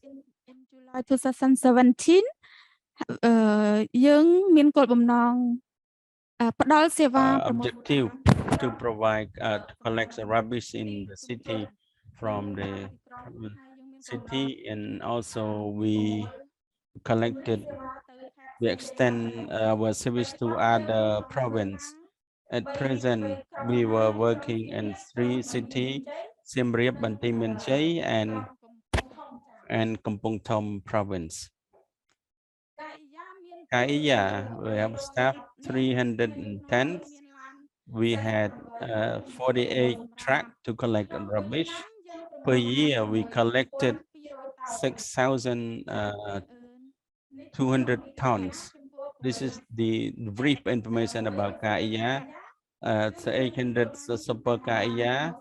We have the certificate to collect the rubbish in Phnom Penh in July 2021. we collected rubbish from 5 districts in Tukok, Trojongwa, Resai Keo, Sansok, and Prikpanu districts. We had 610 staff. We have about 90 trucks to collect rubbish. Per year, we collected about 39,600 tons per year. We collected the rubbish. Thank you. Please go to the next slide. Slide on top. This is from KIA. We had head office in Siem Reap. We constructed this transportation and is for technical and easy to manage and collect the rubbish from the city. We have transfer station. We send the small truck from city and transfer to this transfer, and also we transfer to the sanitation fields. We developed on this our staff, which better and safe and healthy for staff in all sector, and we reduce the disruption of environment to the whole society. We have the wastewater. We treat we have the treatments to nature or affect to environments, treatments fields. We they have the garage better, and also we are working on this the rubbish to collect and also recycles.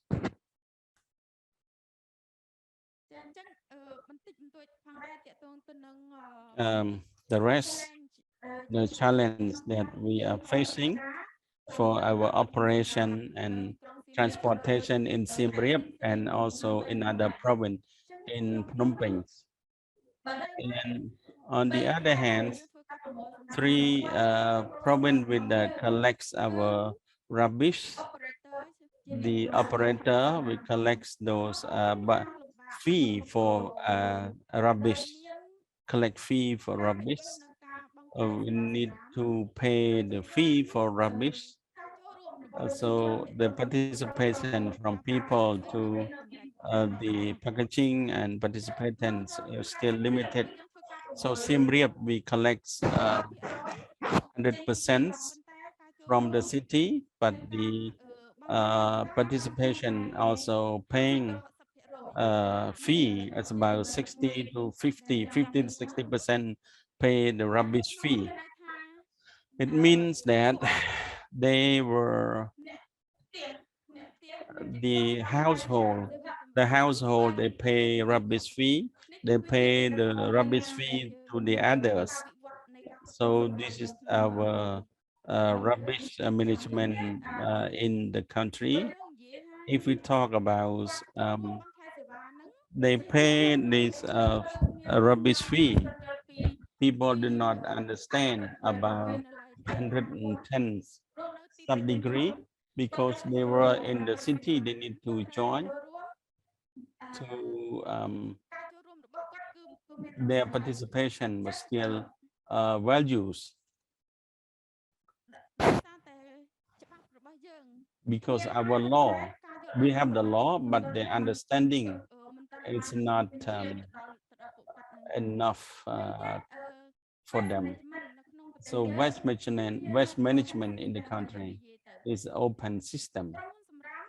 So the company, they collect rubbish from all streets, but the participation from people was still limited. This is the challenge.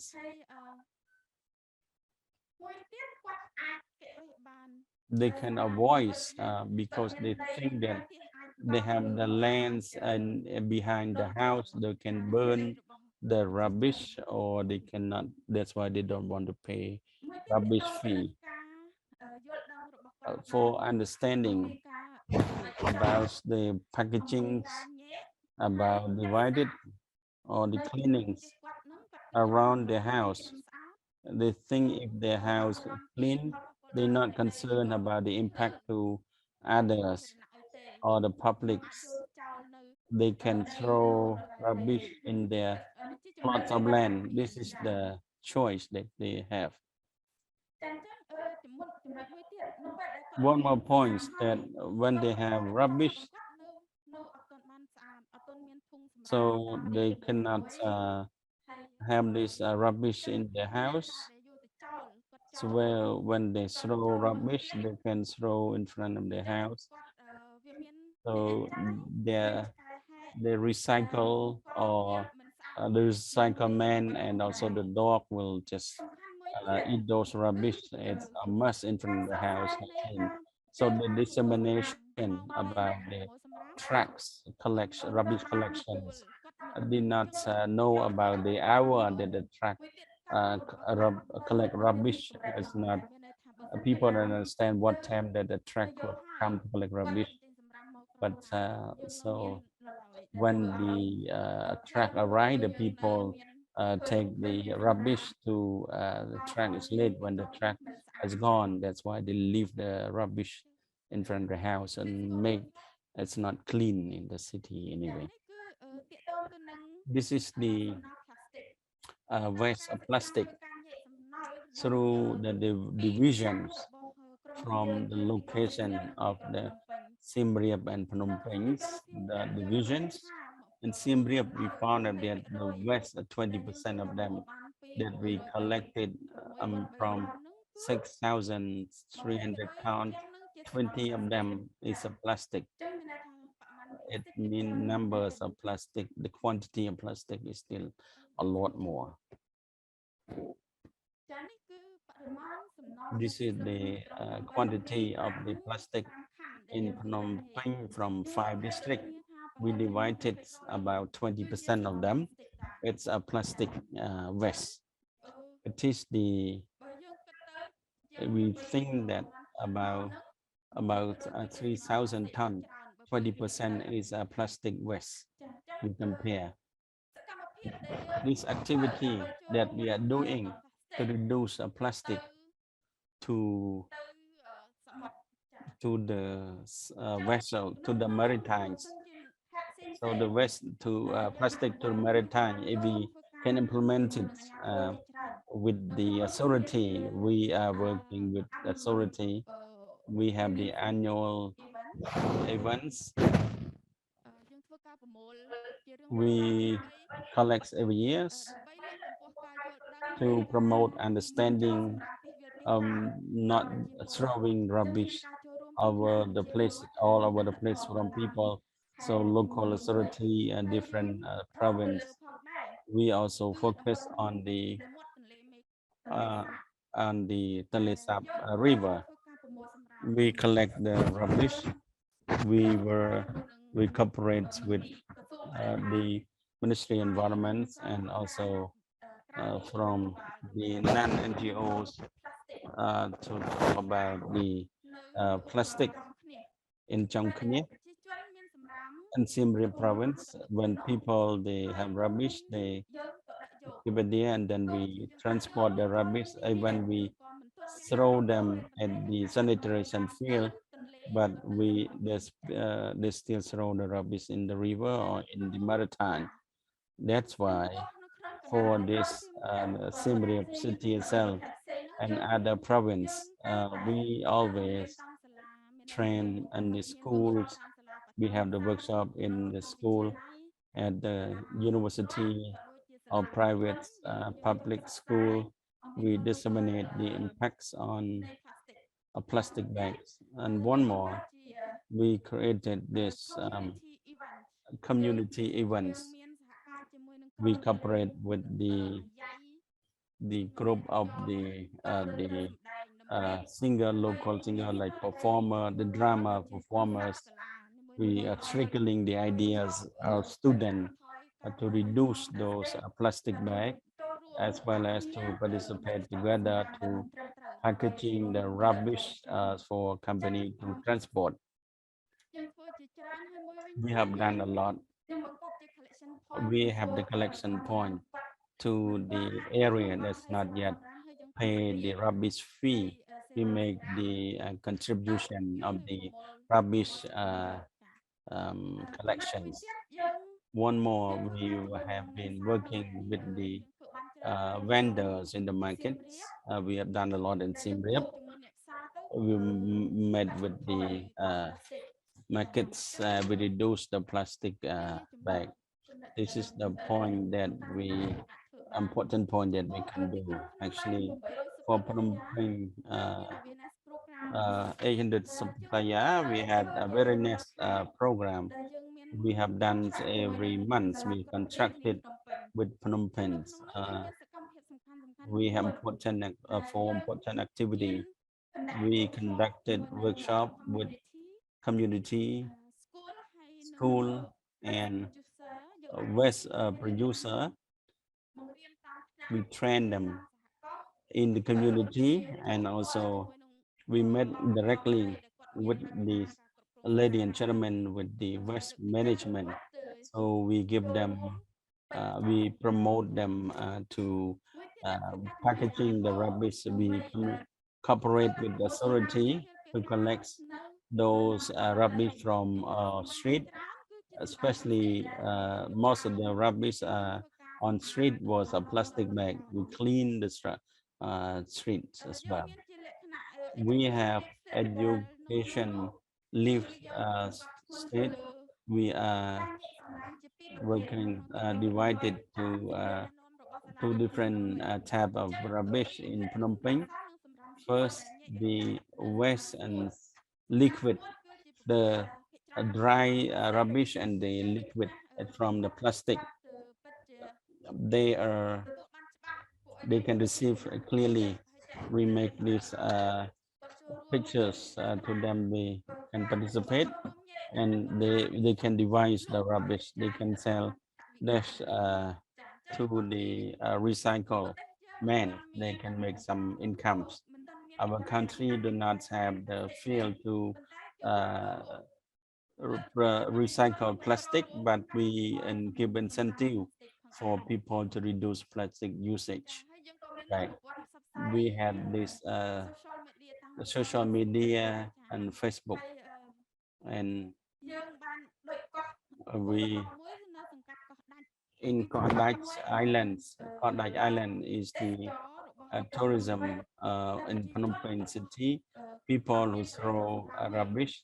There's no rubbish sanitation field. They throw the rubbish in the river bank. We see the location. They have at least 30 tons of rubbish, and then we have to collect and their rubbish from their location. They are happy. They can package those rubbish for us to transport them. This additional on the bottle waste from not from plastic, but we reduce those plastic in the sanitation fields in Phnom Penh and Siem Reap. We have 5 sanitation fields in 5 locations. Phnom Penh and Siem Reap, we have 8 locations that they have the waste bottle about 50 pounds. That the Delta before COVID, that we need to transport them. These are the what we can reduce those sanitation from the field.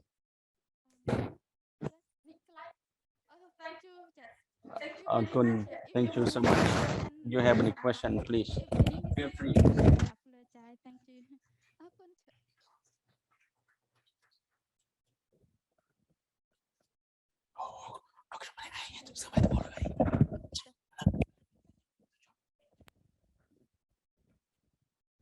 Thank you so much, Miss Lloyd. អរគុណច្រើនខ្ញុំបានបង្ហាញនៅការកាត់បន្ថយនៅជាតិពុលថង់ប្លាស្ទិកលោកបើស្រីបានលើកឡើងនៅ They sometimes prefer to practice the open burning rather than doing the comprehensive waste collection from Gaia. Very interesting points that we can take from this presentation. Now let's move on to our third speaker. We have Mr. Chris Parker, the Director of Plastic Program at ClimeCo, who is joining us online. So Mr. Parker has over 20 years of experience in energy, commodity markets, sustainability, conservation, and environmental, social, and government. Before joining ClimeCo, he consulted and led projects in the corporate, environmental, nonprofit sectors to create business solutions for a sustainable economy. Mr. Parker holds a Bachelor of Science in Corporate Finance and Investment Management from the University of Alabama. Over to you, Mr. Parker. Thank you very much for having me. Good morning and good evening from the US. I'm really happy to take part in this. We go ahead and go to the next slide.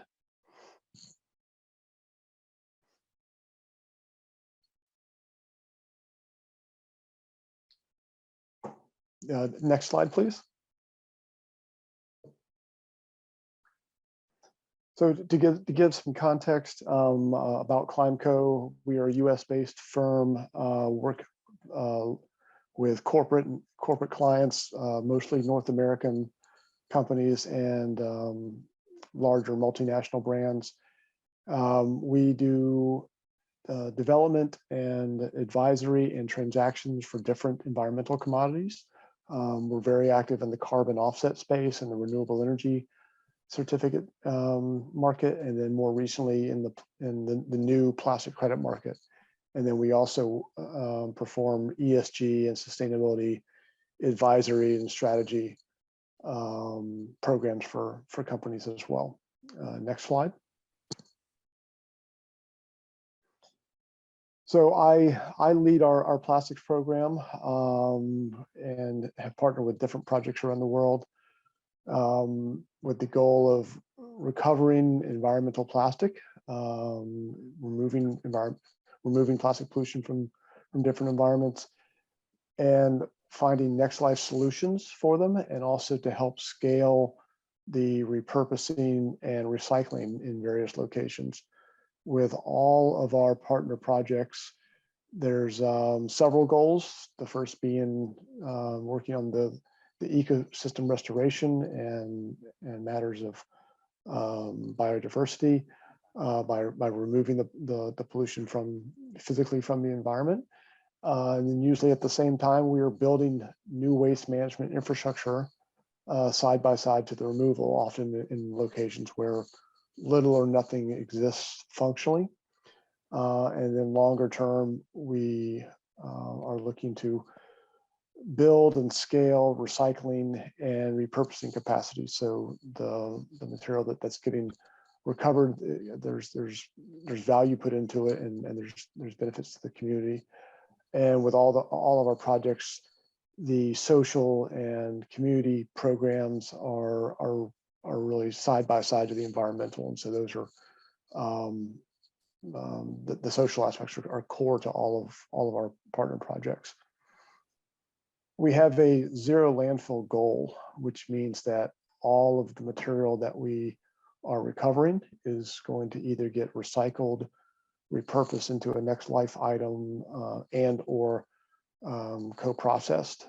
And then we work with the private sector, corporations and brands who support these projects, and to best tell the stories of what the projects are doing and use the impacts and the metrics that are coming from the work that's being done by the projects in their own communications. And so we help the brands communicate the story of these projects to their customers, to their employees, to their investors, and really all of their stakeholders. Next slide, please.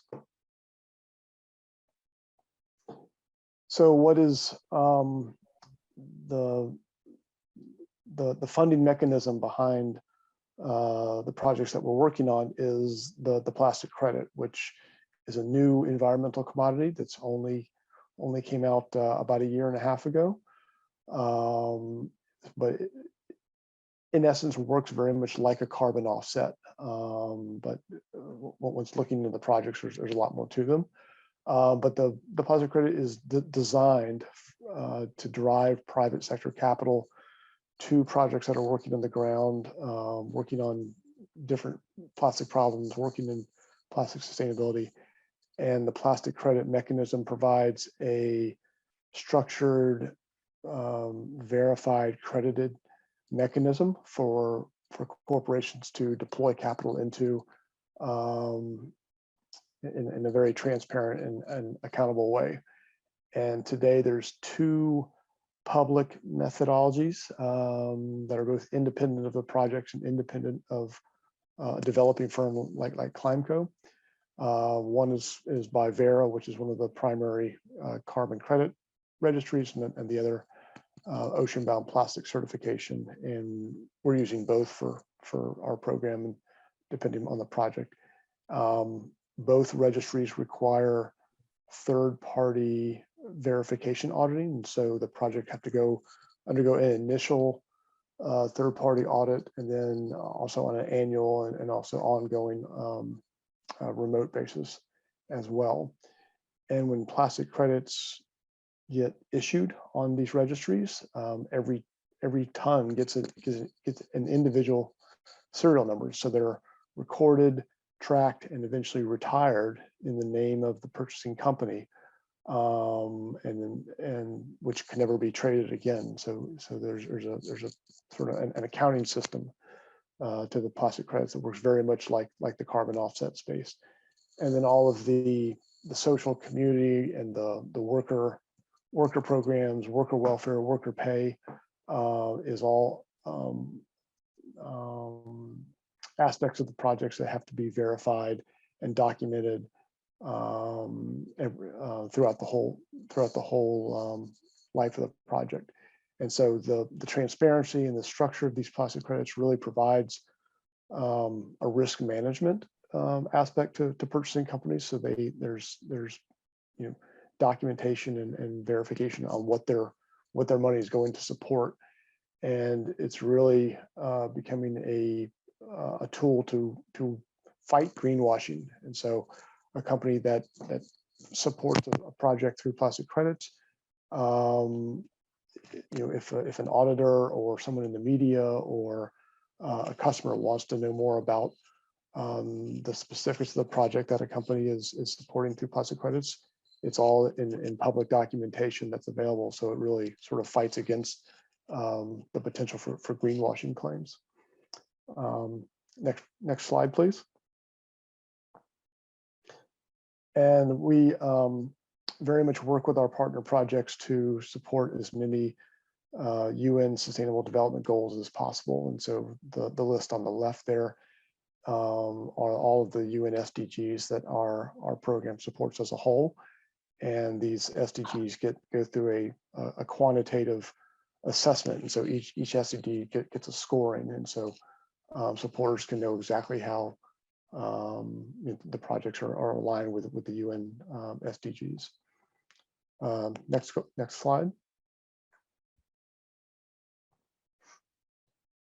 And so our partner project in Cambodia, which actually began in Vietnam, but began work last year in Cambodia, is Ton to Ton, which is a social enterprise company that focuses on removing no value, non-recyclable plastic that's either from marine environments or ocean bound or along coastal communities.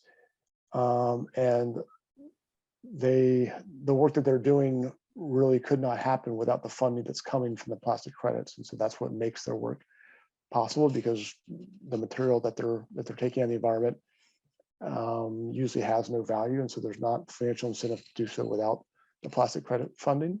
Ton to Ton actually issued and transacted the world's first plastic credit last summer that came from one of the 2 registries, which I mentioned, and their certification being from the ocean-bound plastic certification, which is from a French nonprofit called Zero Plastic Oceans, and a large international firm, Control Union, is the auditor that's verified their work and their project to get certified. Today, the material is getting used in a waste to energy application, and so it's displacing the use of fossil fuels. So there's a greenhouse gas benefit. So it's a replacement for coal. So nothing is getting sent to landfill. And then as we get more funding and expand the programs, we're already exploring building new recycling and repurposing capacity. So there'll be additional benefits to the communities that they're working in. Next slide. And so in Cambodia last year, a new campaign was launched called Plastic Free Coastlines that started working in initially 3 coastal villages, established a new collection center in Sanookville, and the pilot project removed 180 tons that was funded by plastic credits. And this year, there's been expansion to look to build additional collection centers along the coastlines for 2022, at least through July. Ton to Ton has already removed 848 tons of material, which again, if it wasn't for the funding coming from plastic credits that is coming from the private sector, Ton to Ton really couldn't economically do this work. And then with additional funding that we're talking to companies about, we're looking to build that recycling and repurposing capacity, probably starting around Sanookville, and repurposing into items which could probably be used in construction and in schools and housing. So there's multiple benefits that come from this new activity. And they also have a school outreach and education program. And so the idea is teaching the school kids about plastic sustainability. And so hopefully in turn, the parents will learn more, and there's sort of a multiplier effect. And so it's a very community-based program from Plastic Free Coastlines. And I think next is my last slide, please. And that's my contact information at Climco. And if anyone would like more information about Ton to Ton's work, or may have companies that may want to know more about their work and how to support them, that's how to reach me. So thank you very much for having me, and good day.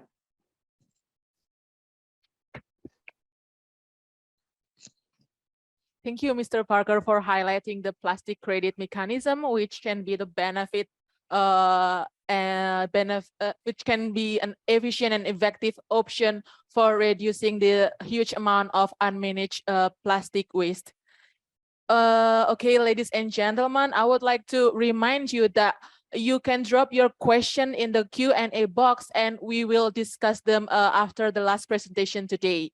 And now we have our 4th speaker. I would like to welcome Mr. Jeff Moons, the founder and CEO of Nai Bang Chat Resort. Just a quick introduction of Mr. Moons. So after his successful career in Belgium, Mr. Moons landed in Cambodia 20 years ago.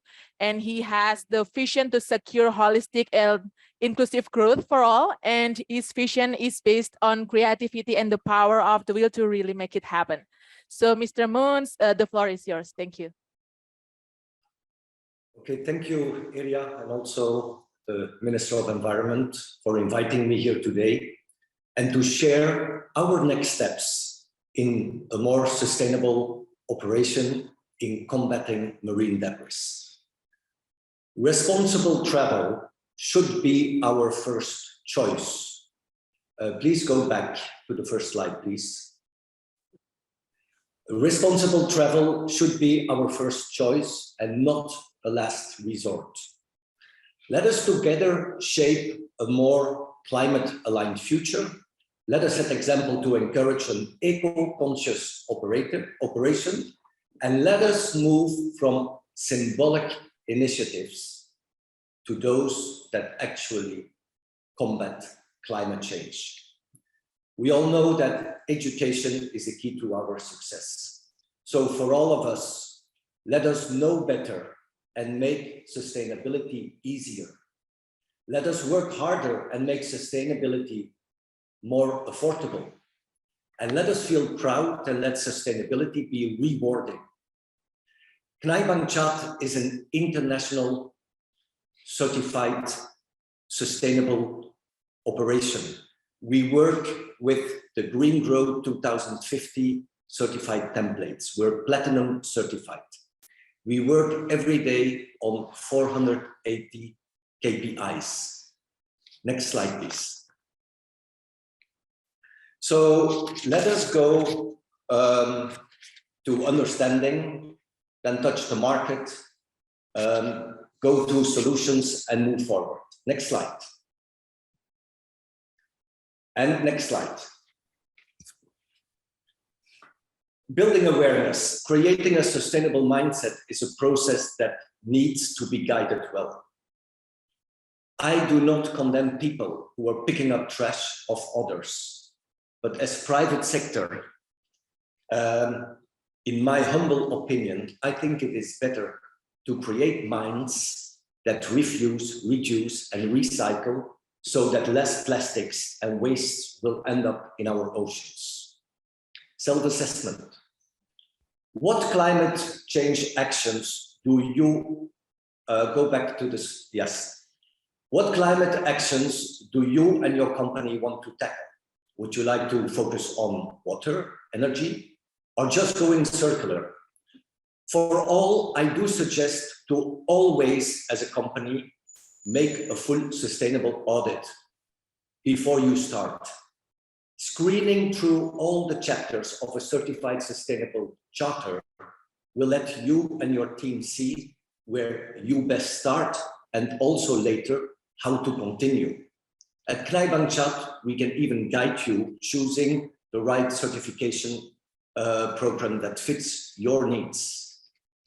Set up goals with reference to our national green standards, our ASEAN green standards, but also international global standards. You have to set up your sustainability goals and see upfront that you can achieve them and that you can control them. It's all about making positive impact on a daily basis. Picking up the trash of the others, I have to come back on that one. It's really not my cup of tea. And I also feel it is not really rewarding for any team. It is time to implement sustainable operational practices and to make change from a linear to a circular operation. Only these actions will reduce marine plastics. As an example, if you have a hotel with 50 rooms and only one action, you change the plastic bottles to refillable glass bottles. 50 rooms, 2 bottles a room, 365 days, 60% occupancy. You saved the ocean 21,900 bottles. This is something you can promote on your social media platforms because you made change. Another example is for the same hotel, letting your food arrive in reusable insulated boxes can easily save the same hotel 2,000 styrofoam boxes a year. It's incredible how easy we all can make change. Next slide, please. Let's create. Next slide. The most important thing about a sustainable operation is creating a green team. All departments need to be included. You cannot operate a company or a hotel if not all your staff is included in the process. Gardeners, housekeepers, purchasers, chefs, and managers. At Knai Bang Chat, all my head of departments are part of the green team. Remember, it's all about the people, about empowering them, about letting them feel ownership. So together we identify goals and objectives. We design and plan programs, and we recognize and reward many times. For those who take sustainability serious, it would be good for your company to enter a certification program. It is only by constantly working through all your KPIs that you will receive the stability to slowly transform to a more sustainable operation. Strategy.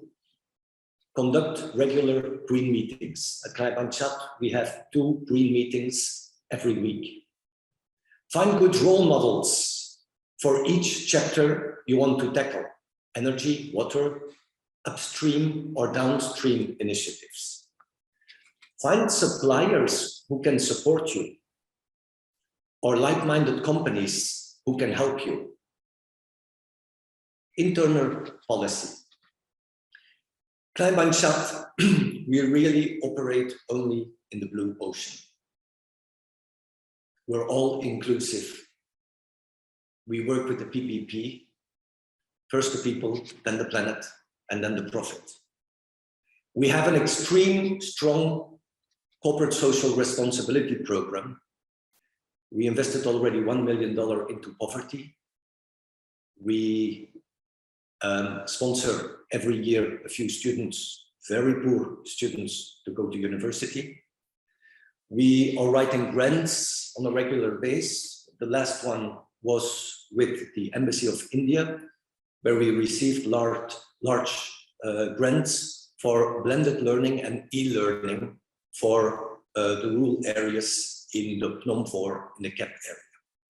All these things is part of creating a mindset. Next slide, please. So matter. Let me motivate everybody here. Always stay at the positive side of the street. Organize your thoughts, apply faith, you will need it.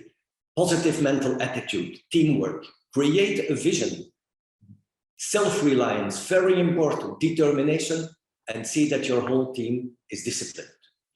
Always go the extra mile or you fail when you want to make change, and always do more than people ask from you.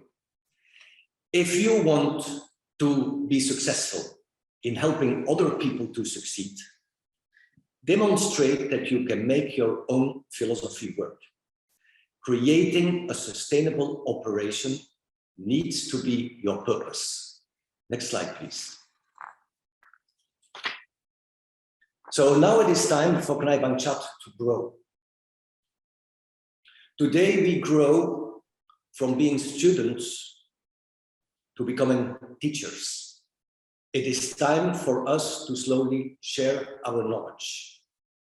In stage 1, you can expect Knai Bang Chat to do an open door weekend in October, and this for all of you to come and see how we move forward in our green economic templates. We have 0 plastics, we compost, we have the solar panels, and all those things with the organic gardens. The most important thing is I want to connect everybody to my team and show you what we can do as private sector. The second stage later this year will be offering sustainability courses and leadership courses to our sector, but also to schools and others. The main content will be circular economy, environmental stewardship, and sustainable operational management. And we can help anybody with green audits and choosing the right certification program. If people need information how to establish a strong corporate social responsibility program, we can help you. Stage 3, very important. We have already worked with financial support from UNDP and from GIZ. This is why we could further grow. Now, we would like to become a local partner for a province, or we would like to establish an open green resource platform that can be used by everybody.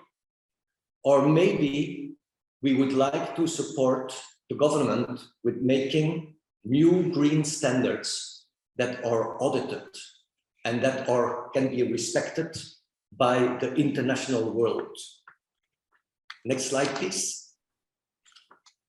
So today, I want to motivate you all to start thinking about taking structured actions that will result in a more people, earth, and ocean-friendly operation. At CNAI Bang Chat, we're not even close to being perfect. But I have to admit that over time, we have learned how to fail better. It is our consistency and creating daily progress that will offer all of us the rewards that we are looking for. For us at CNAI Bang Chat, we are proven sustainable and you can use us. Thank you.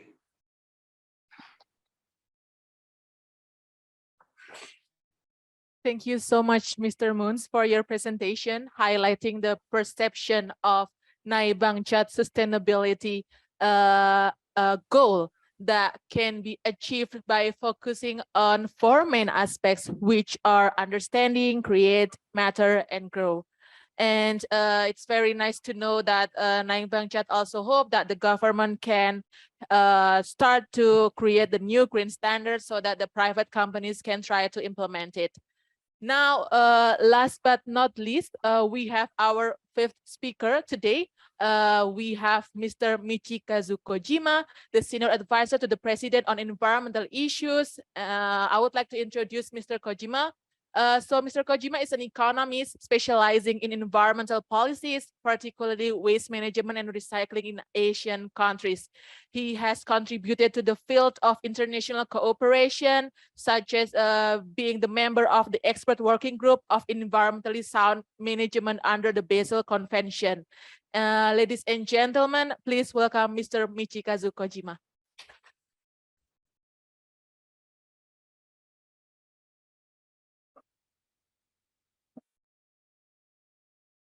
Yeah, thank you. Thank you for kind introduction.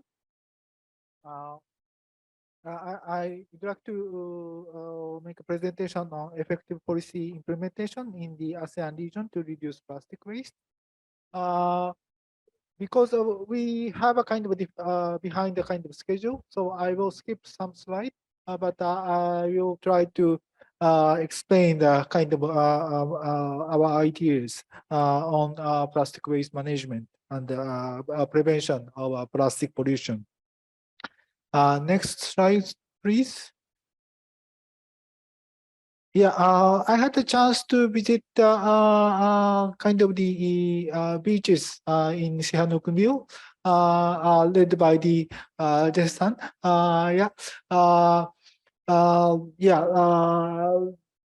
There are some area plastic waste kind of just left in the beaches.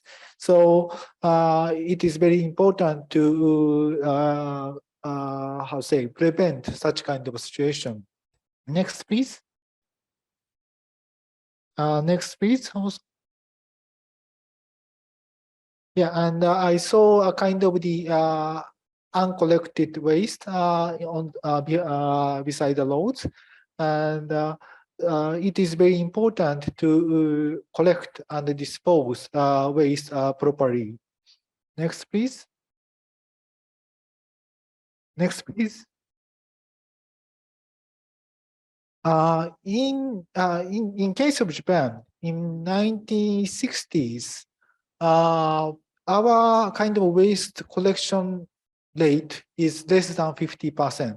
I mean this kind of the blue line is a kind of the population rate which get waste collection services.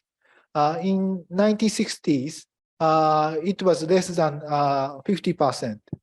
But in Japan, we try to increase the kind of the waste collection expanded to the whole country. One of the kind of the how to say the policy was association of municipalities. I mean, regarding waste disposal kind of facilities like landfill site or waste to energy plant, such kind of I would say the infrastructure has a kind of economies of scale. So small municipalities is a little bit difficult to have their own kind of the waste disposal facility, landfill site, or waste to energy plant. So central government tried to encourage the establishment of association of municipalities to handle waste management. So they try to invest in waste landfill site or waste to energy plant together. So such kind of the how to say arrangement was a kind of basis to expand waste collection services and proper disposal in Japan. So I heard that one of the provinces contract with Gaia. So to how to say, so such kind of the how to say the association or provincial level can lead the such kind of the how to say the waste management program to by utilizing the kind of way economies of scale of the waste management. So next, please. Another kind of the good practices in Japan is kind of design for recycling. In case of PET bottles, government tried to make a kind of pressure to industries to make a design for recycling. So producers made a kind of association, and they try to agree on the kind of a specific kind of design for recycling. For example, they try to control the I would say the plastic label can be easily to be separated from PET bottle itself by putting the kind of the preparation on the labeling of PET bottles, which the consumers can easily to remove the label. And also they try to how say have a kind of a different specific gravity of the labels and the PET bottles. If they in the process of washing the PET bottle flake, they can easily to separate the label. So such kind of the design for recycling is very important to reduce the cost of plastics. Reduce the cost of the recycling of plastics. Next, please. Yeah, some ASEAN countries try to introduce extended producer responsibility program for recycling of plastics. And I think the how to say the kind of background of the introducing the EPR is a little bit different. I mean, in developed countries and developing countries. Most of the developing countries like Thailand, Indonesia, so they have a kind of the how to say, the market-based collection of PET bottles. So they can somehow rely on the kind of market-based collection. But I heard still the Cambodia, you not have much kind of recycling process of PET bottles. Maybe one of the policy option is probably EPR. In case of Japan or some European countries, waste collection services by the municipalities is one of the kind of the system to collect the waste PET bottles also. In case of Japan, waste PET bottle is collected by municipalities, and they provide that kind of waste PET bottles to the recyclers. And the recyclers got the kind of financial support from the producers, and also municipalities also got some support from the recyclers, producers of PET bottles. So such kind of system might be it can be introduced by yourself, I think. Next, please.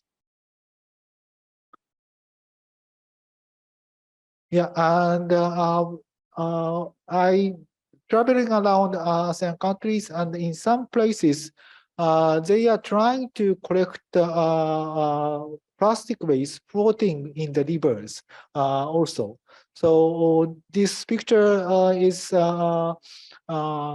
taken in Bangkok, and they use the bamboo to to collect the plastic waste floating on the river.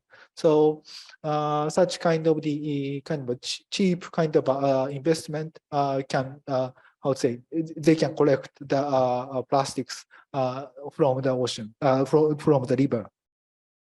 And also some kind of startup companies make a kind of app for related to collection of the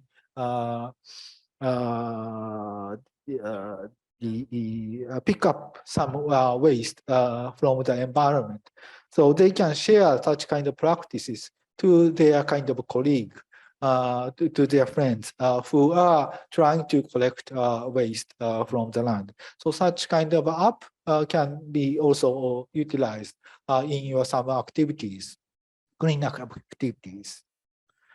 Okay, next, please. Yeah, these are references. And next, please. So this is end of my presentation. We have some social media. So if you want to,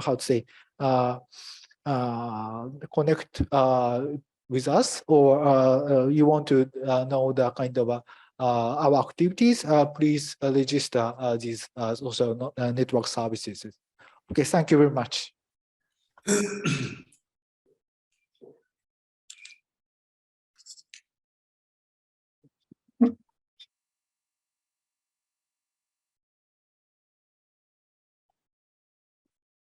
Thank you, Kojima-san, for delivering presentation about the waste management in Cambodia, the challenges and some arrangement that can be adopted by the country to address the crisis of plastic in Cambodia.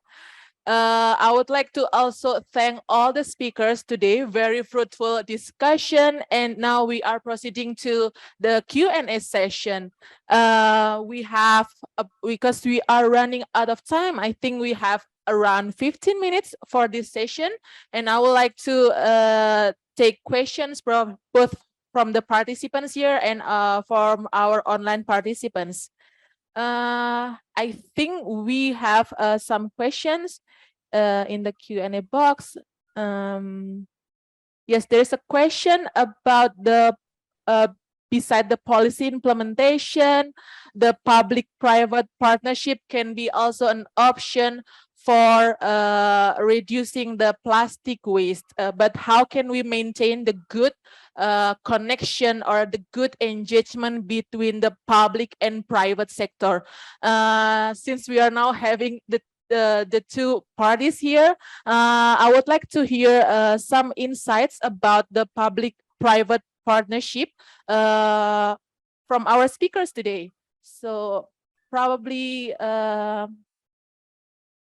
Mr. Parker from Climco, do you have any response about this matter?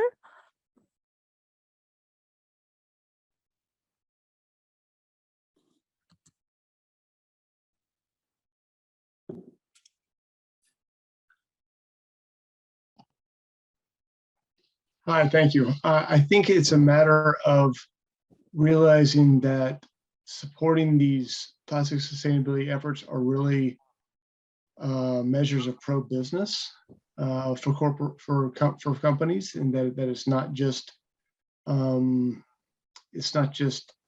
philanthropic work or corporate social responsibility work. That by making better conditions around plastic sustainability, that they're in turn creating a better business environment by empowering citizens, empowering their own consumers, and so it's really again a pro-business activity in supporting these cleanup efforts, building new infrastructure to capture plastic waste before it becomes pollution, to keep more value into it. And yeah, thank you. Okay, thank you, Mr. Parker, for sharing your insight about the public-private partnership. But still, regarding this context, probably from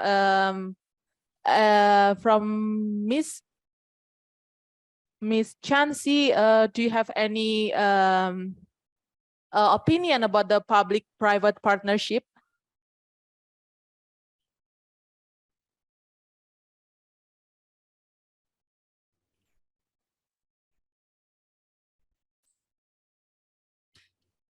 Hello.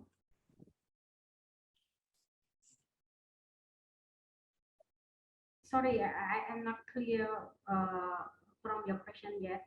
Yes, Okay. yeah, so we have the question about the public-private partnership here, the mechanism of public-private partnership.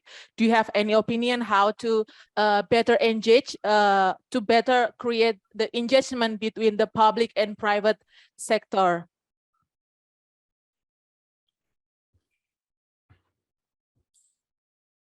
Okay, could I speak my right? Yes, yes, please. Yeah, so good morning, good afternoon again.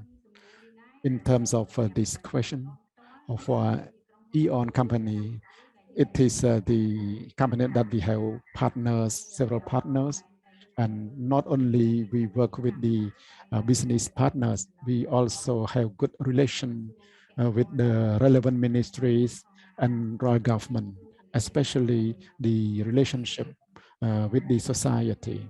So for E.ON company, I think that when we have any activity or we have any business relation, we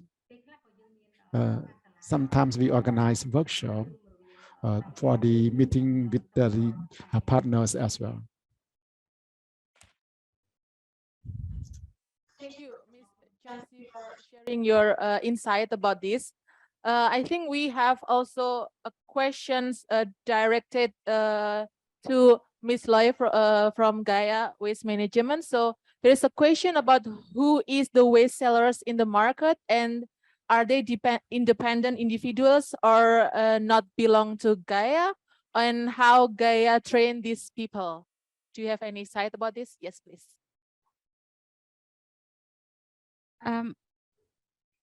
When we say we work with the market seller, we have a team to go directly to introduce about single-use plastic, to reduce the number of using single-use plastic. That is one thing. And then for that is for other city, for Phnom Penh, we go direct to store by store to introduce about waste sorting and explain to reduce what type is smaller. We say plastic that's smaller than 3 millimeter and bigger than millimeter is we can reuse again. So this is how we meet the seller at the market, because some area manage very well. I'm not talking about the supermarket or the market inside the city, but the market outside the city is still difficult to manage their own waste and littering. So we reach out to them store by store to provide the solution to pack waste, all these things. Thank you, Ms. Loy, for answering the question about the market seller. And I think it's interesting point that Ms. Loy raised up issue about the what's happening outside the city. So I think if we talk about the waste management, we cannot separate the rural areas, because I think the implementation now is more focusing on the urban areas. So do you have any insights about how to be more inclusive, or how can we improve to better engage with the communities or the waste management in the rural areas? I would like to address this question to Mr. Jeff Moons from Naibangcha. Do you have any opinion about this? Reducing waste in rural areas. Yes. Start with yourself. Yes, it's all about education. How can we reduce in a rural area of CAP plastic waste? Then I go back to the first question with public-private partnerships. I think it's really important that private sector and public sector look for synergy. We both are different animals, we have different timelines, and we have different budgets. But in a rural area of CAP, for instance, as an example, the province is going to open a landfill, and it's going to receive a lot of trash from a tourist area, which will receive in the next decade a high growth. Now, we can be, for instance, a private sector local partner in any project where we can, on the side, support government actions and in this way make impact in our region. I think these are the matters. It's not about the individual. I think we have to look how do we best work together. And this is how we will achieve positive results and rewards. Yes, thank you, Mr. Moons, for highlighting about the inclusive partnership, like working together between the relevant stakeholders to address the issue. Yes. Okay, I just want to add a little bit to the Mr. Moon. It's okay. Yes. That's a very good. Okay, so in Khmer, okay, តាក់ទងជាមួយនឹង concerning ការគ្រប់គ្រងសម្រាមហើយជាទូទៅដូចយើងបានដឹង normally as we know that we focus តំបន់ប្រជុំជនយើងហៅ urban in the urban areas.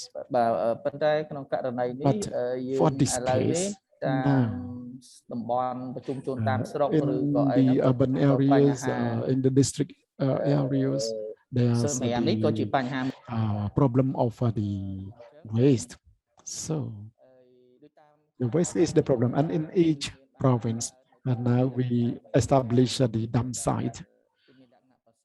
that it is better than before, that many provinces be established the dump site or the landfill already. As I know that the Department of Solid Waste Management, that MOE, that the provinces around Tonle Sap and the corridor of the provinces.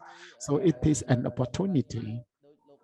And as Mr. Moon mentioned, that we start from ourselves. Yes, it is correct. And but the provincial authority, district authority, also important that they must include this issue into their development plan, and the dump site is the one that can be a regional dump site. So not only for the province, this dump site can be the urban area in the district that nearby there, and to improve for this issue, I think that one action, and Cambodia is agriculture country, so our waste mostly are the organic waste that not less than 60%, at least 50% of the waste, and in the past around 60% of organic waste. So it is a potential for recycle this organic waste to become as a fertilizer, a compost fertilizer. So I think the important participation to make the lifespan of the dump site that we establish, and we spend $1 million that we can have longer time use. Like our previous speakers mentioned, that education, awareness raising, and Mr. Moon mentioned, awareness raising is very important to enable the people are well aware and participate. Involvement is very important to reduce the plastic waste as well as the other solid waste. That's my comment. Thank you. Thank you, Dr. Kim, for your comments about. I think you raised up the issue about what is really happening in this country, and it's very interesting to know that the public-private partnership condition in this country. Or is there any comments or response from our speakers about Dr. Yim's comment? Yes, please, Dr. Kale.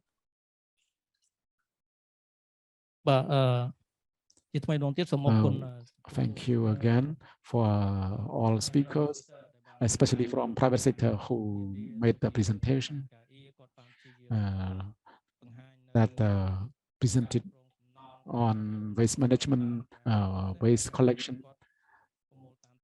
and the collection from the site that not belong to their area. So it is the private sector's participation, and we also want the participation from all stakeholders, because in the circular economy, we use the engagement of all private sectors, public sector, academic, etc. So all engagement for the waste management. As I work in MOE, we have partners that focus on the waste that we chain, that the waste along the streets. But however, that the waste collection company also clean, but however, we still have the weakness, and the state also engage to reduce the waste, like Mr. Jeffman, the manager of Knai Bangchan, that his waste, as I went to his location, that's why I invited him to be speaker, because he tried to reduce the waste, that his waste was recycled to decompose. And produce as a fertilizer, as someone mentioned, that we try to reduce the waste, and how this waste also reduce, and the effort to reduce and recycle the waste into the compost, as a presentation by Mr. Koshima also presented on the increase of his waste. But in 1990, his waste was dramatically decreased. So we found that because they have a technique, they can separate the waste to be to use in the power plant or other. So the waste on the dump site is less. So as we are the developed country, we try our best. In the name of the personnel of MOE, we are trying our best to find the partner and the working groups to help us. We will join hands together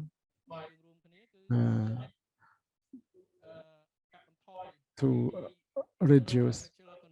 In the circular economy, we also mentioned that reduce the waste at source.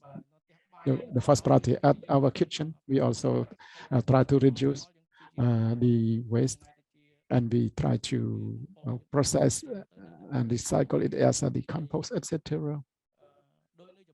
Like in Japan, there is a word common tainai, and that saving, that eating with saving, that they never for the food they eat, they never leave the waste. They try to eat all, and different from us, especially the vegetable from market, that we are thinking that the markets that we buy the vegetable in the other, that one package they put it and then they use all. And for us, that we throw the waste, we just take some to consume, and the other waste that we dump at the side. So we are thinking about any awareness to step by step reduce, and we hope that in the future there will be the involvement from private sector, and private sector try the job best to collect the waste, and you cooperate with the government and also the private sector. Try to reduce by yourself, and the state, the public sector will develop the legislation like a Knai Bang Chat, that in any program we always invite him to be the speaker, so that he present his activities, and he always work well, and he always get award from the MOE, even not the first place, but second or third place, the certificate of admiration. So that's my comment. I need the engagement from all stakeholders. Yes, thank you so much, Dr. Keo, for your insights about the Ministry of Environment of Cambodia is doing, also the real condition of waste problems in this country. Now, since we are running out of time, I would like to invite Kojima-san, just a brief, sorry, Kojima, just a brief questions. We have questions for you about the policy recommendation for this country. Do you have any insight about that? Just to wrap up this session. Yes, please. Thank you.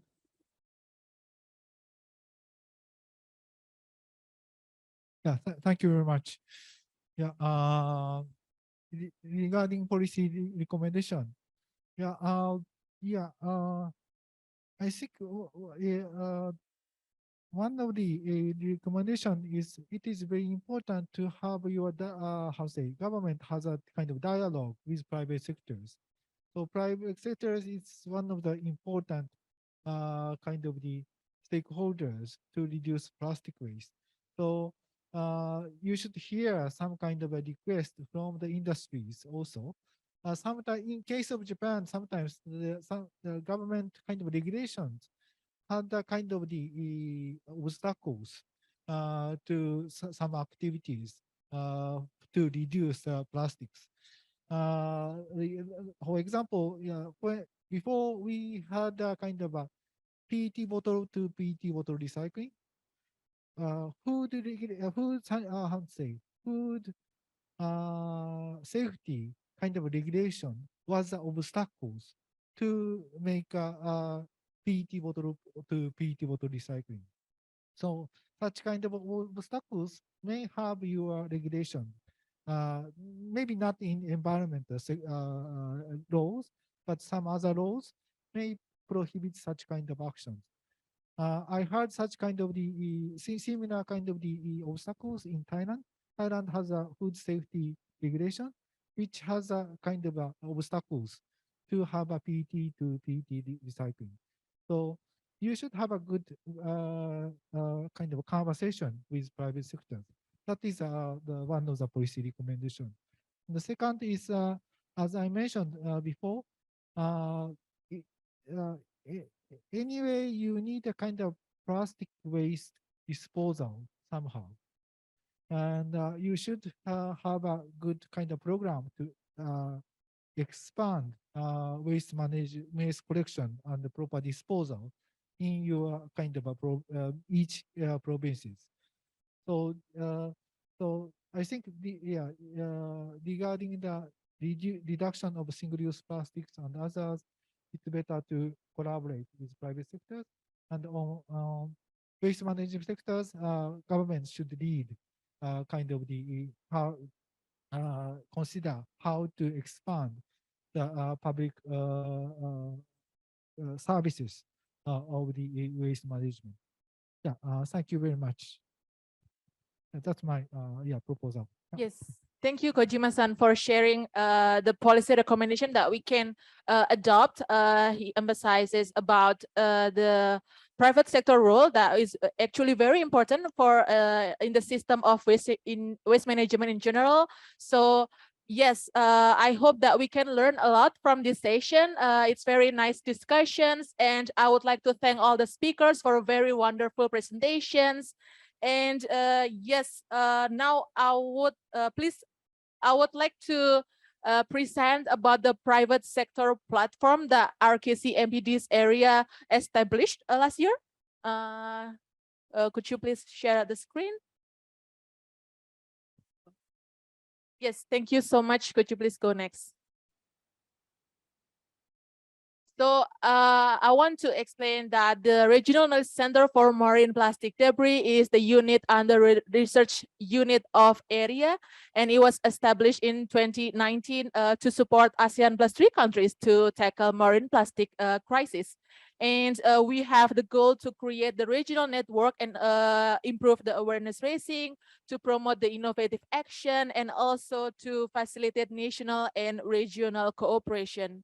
And so far, we have been working with many stakeholders out there. We have been working with the governments, the research institutes, the academia, the international organization, NGOs, and also private sectors. Next. For the private sector platform that I mentioned, so it has the aim to highlight and promote the private companies that contribute to the reduction of plastic waste and eventually marine plastic debris in ASEAN plus 3 countries. Why we are focusing on ASEAN plus 3 countries? Because ASEAN countries themselves are considered to be the biggest polluters of plastic into the oceans. And if you want to know where what the look of our platform, so you can go to the website, our website, rkcmpdarea.org/story, and this is the look of our private sector platform. So you can see there that the private sector platform is the part of our subsection in our website. Next. So what will be the benefit for the private companies that join our platform? So the first one is they can be better known to potential customers within the region and be able to find potential B2B or even B2C opportunities. And they can make their company sustainability efforts known to the public. And last but not least, they can appeal to potential investor to expand their businesses. Next, please. And the current progress of our platform, we have 67 published stories, and they are derived from 7 countries in ASEAN plus 3, consisting of Japan, Malaysia, Thailand, Indonesia, Vietnam, Singapore, and Cambodia. And we have one story from Cambodia. It's from Climco, who is also have the branch operation here in Cambodia. So about the plastic credit that Mr. Parker just presented to us. And other examples is from Vietnam. They have the reduction effort, a company named Anfat Holdings to produce compostable products. And we have also the example from Indonesia, Rebrix, who provide services to pick up the waste. Next, please. And I would like to explain you how to join our platform. So as I mentioned, you can go to our website, rkcmpdarea.org/story, and you can first sign up your company there. And after signing up, you can log into your account and fill out some set of questions that are available online. And the questions consist of contact information and company profile and the profile of your product, service, and technology. And I would like to welcome you to join our platform. More Cambodian companies will be great if we can share them on our website. Thank you so much. And yes, I think that's the end of my presentation. Don't forget to follow the social media of RKC-MPD area. Okay, before we close the event, I would like to invite participants to fill in the survey. The survey will help us to enhance the performance of our next event and to improve the quality of our next event. The link of the survey has been shared here in the chat box. And if you have any comments, feedbacks, please feel free to drop them there. And if you are interested, you can also be able to get your e-certificate from the survey.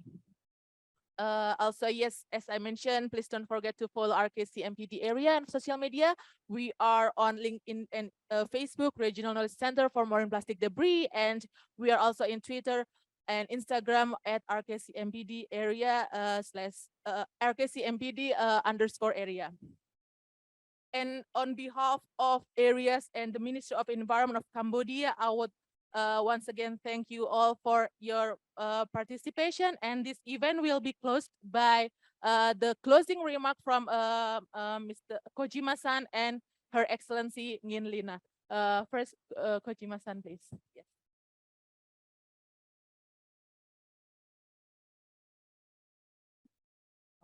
From my side, yeah, just very short kind of closing remark. On behalf of the co-organizers of the event, I would like to express my gratitude to all of you.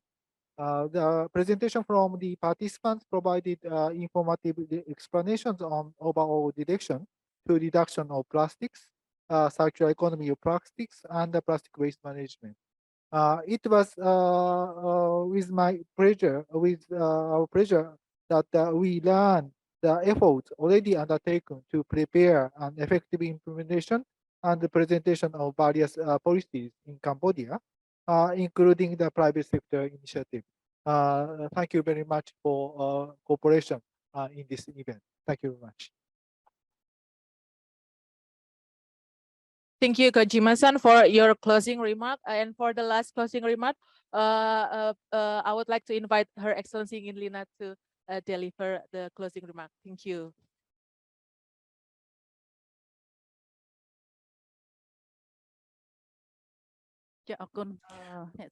Thank you, MC. Thank you again for the whole morning meeting. Even though we have less questions, but we have a lot of discussion, and we heard the experts and the working group made presentation in terms of waste management, especially experiences on plastic waste management, especially marine plastic waste management, as we see the engagement from public and private sector, and other stakeholders join us today. And we discussed today, we feel that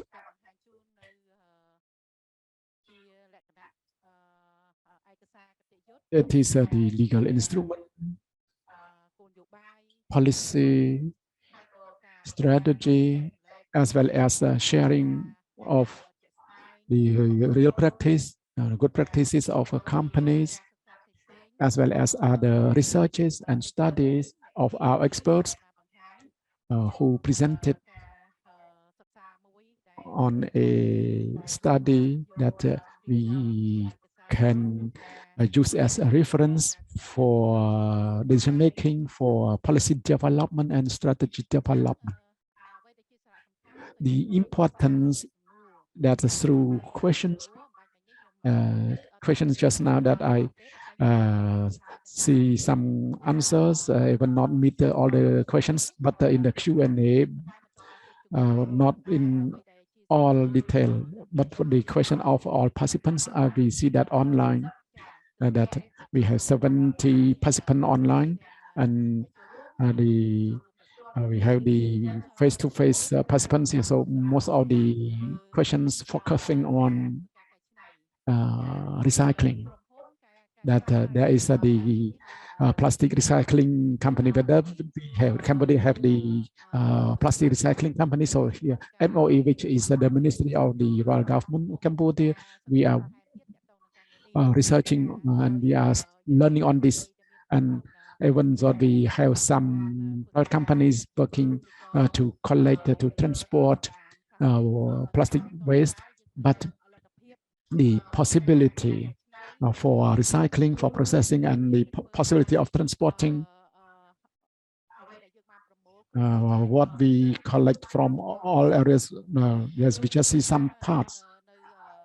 As we know that in compound that work in Kampong Sam, the Prasianuk province, and especially in the special economic zone, and Kaiser in Battambang, Kampong Sam, Prasianuk, and Siem Reap. So there are other companies to work on this issue, but importantly, we still have challenges on technique and possibility for processing all of these waste. So we found that we encourage to separate waste, and the possibility we collect, and some companies also buy and transport to our neighboring countries for recycling. So for this, the ministry will continue to conduct the additional study to encourage the local and domestic recycling to avoid the transport cost. So this is the negotiation, and there will be more involvement from private sector or the experts on possibility to recycle the plastic in our country. And second, we found that all of these are challenges, but that the solution that we can do, that we still continue to work on development of policy guidelines or strategy. And now the draft of a plastic roadmap will be finalized. That we highlight some important activities, and this work. For this work, we will arrange the first priorities that we can implement at the beginning, the second phase, and the third phase. So there's an arrangement. Just now there's questions concerning to the plastic, and all of this we see some private sector have done, like EON, also implement on the use of the use of ministry guidelines and their own the internal guidelines. So at the point we need more discussion as we think about alternative. So it is also important the alternative to replace plastic. We must think about the additional research. If we just now we talk about plastic bag, so to replace plastic bag, we use the eco bag, and the question is, we use eco bag. The cost to produce one eco bag, how much energy we use, and how many times we can use the eco bags. So this requires the additional research and additional insight on the customer and the user, so that they know that the cost spent for the production of one eco bag. So how many times that the consumer can use to cover the operational cost of production of eco bag. And another point, that at the tourist side or hotels, as we know that Kanai Bangchat also share about sustainable consumption and saving the energy of his company. So the ministry, before we developed the circular economy, we studied a lot, and they also provide a lot of input concerning to this. The circular economy, we work at his area. So the benefit that he worked, that have a good impact, that we develop a book that's called the guidebook. Guidebook for replicate dissemination as experiences that Kanai Bangchat had done. And also I see the question to Kai Bun Thឿn on the support on activities that Kanai Bangchat develop and arrange. So as we are the government ministry, especially MOE, we will continue to communicate with him, and we also have some programs that we work in CAP provincial town. So Dr. Van Thឿn and the working group will continue to communicate with you and ERIA project and GIZ and Bari Plastic. We also continue to work. Another point in terms of the webinar mentioned, and as well the recommendation from Mr. Ichikazu, that he thinks that the effective point, that is involvement of private sector and other stakeholders. So here, after we develop circular economy, we also establish a private sector platform to include it. But our work, it seems not so much developed just now. This lady show her website for sharing information and experience. So it is good that we can have additional discussion for updating our website to be broader and to share to all sectors. So here, in terms of dialogue, it's important.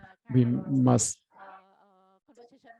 have a good conversation with our partners and the ministry planning, especially the Department of Green Economy. This point, we think it is very important, since the development of SCP roadmap and development of circular economy. So we will work, and we can invite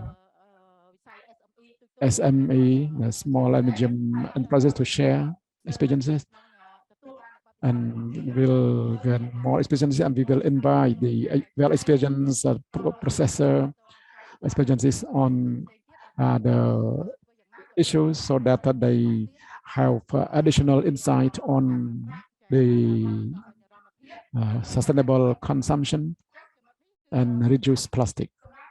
And one point that I want to mention here is, and the working group and area, what we want is the additional research on technique in terms of data management of our plastic waste, as well as a direction to arrange to enable us to reduce plastic waste effectively. And we will continue communication. Just now we talk on the private sector platform, and perhaps we will find out another mechanism to share our information broader and look at the technology or innovation of each ministry. So we have some do it, and in this third week of this month, there will be a forum to discuss this issue, and it is a part on effective of using the resource. So the concept of this concept we share a lot, but we must have additional push so that all ministry, all institutions implement together. And importantly, on the capacity development. Capacity development on the scientific technique and experience sharing, and must be continue to do. And last but not least, the question in Q&A box on landfill. I think perhaps we answer some, and I would like to inform you that ministry is strengthening the effectiveness of infrastructure in landfill, that we zoning and the construction under the World Bank project or ADB project, and the construction through Ministry of Public Work and Transport. I forget whether there is a representative from Ministry of Public Work and Transport. So this is the new step that the royal government of Cambodia is thinking about, the establishment of a landfill. And now we also established the General Directorate for landfill management. So this is the new mechanism that we established. But for the practice and implementation is based on development and establishment of a mechanism for our transport, for separation and processing and recycling be smooth and not affect the other and not impact to the other.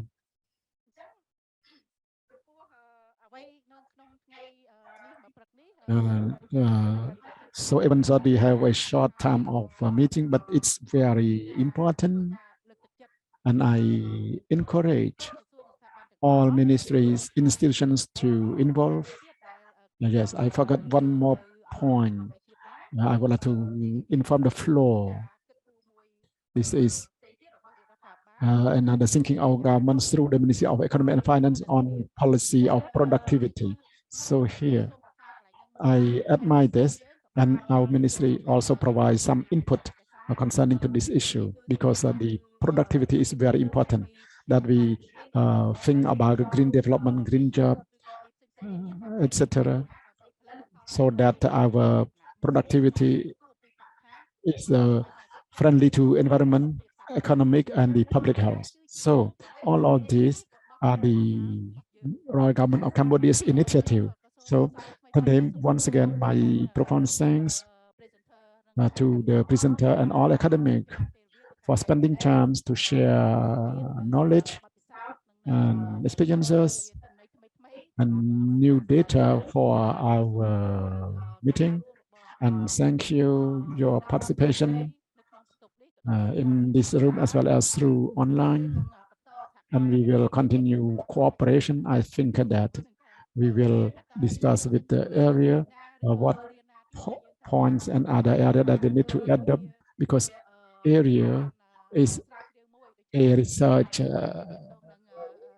institution that is thinking about the technology, technique, and data in accordance with the science. So it is very important that we will discuss together, and how would we cooperate in the future. So for today, once again, it's time. And someone told me that they are hungry, so I conclude my speech. So my best wishes. to the working group and the participants, the Great Health and the solidarity, join hands to think, to do, to implement, because this work isn't belong to individual, but it belong to ASEAN and the global alike. So I officially declare the closure of this meeting. Thank you.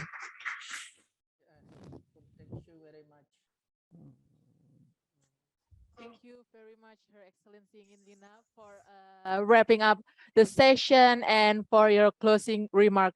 So, distinguished guests, ladies and gentlemen, we have reached the end of our event today.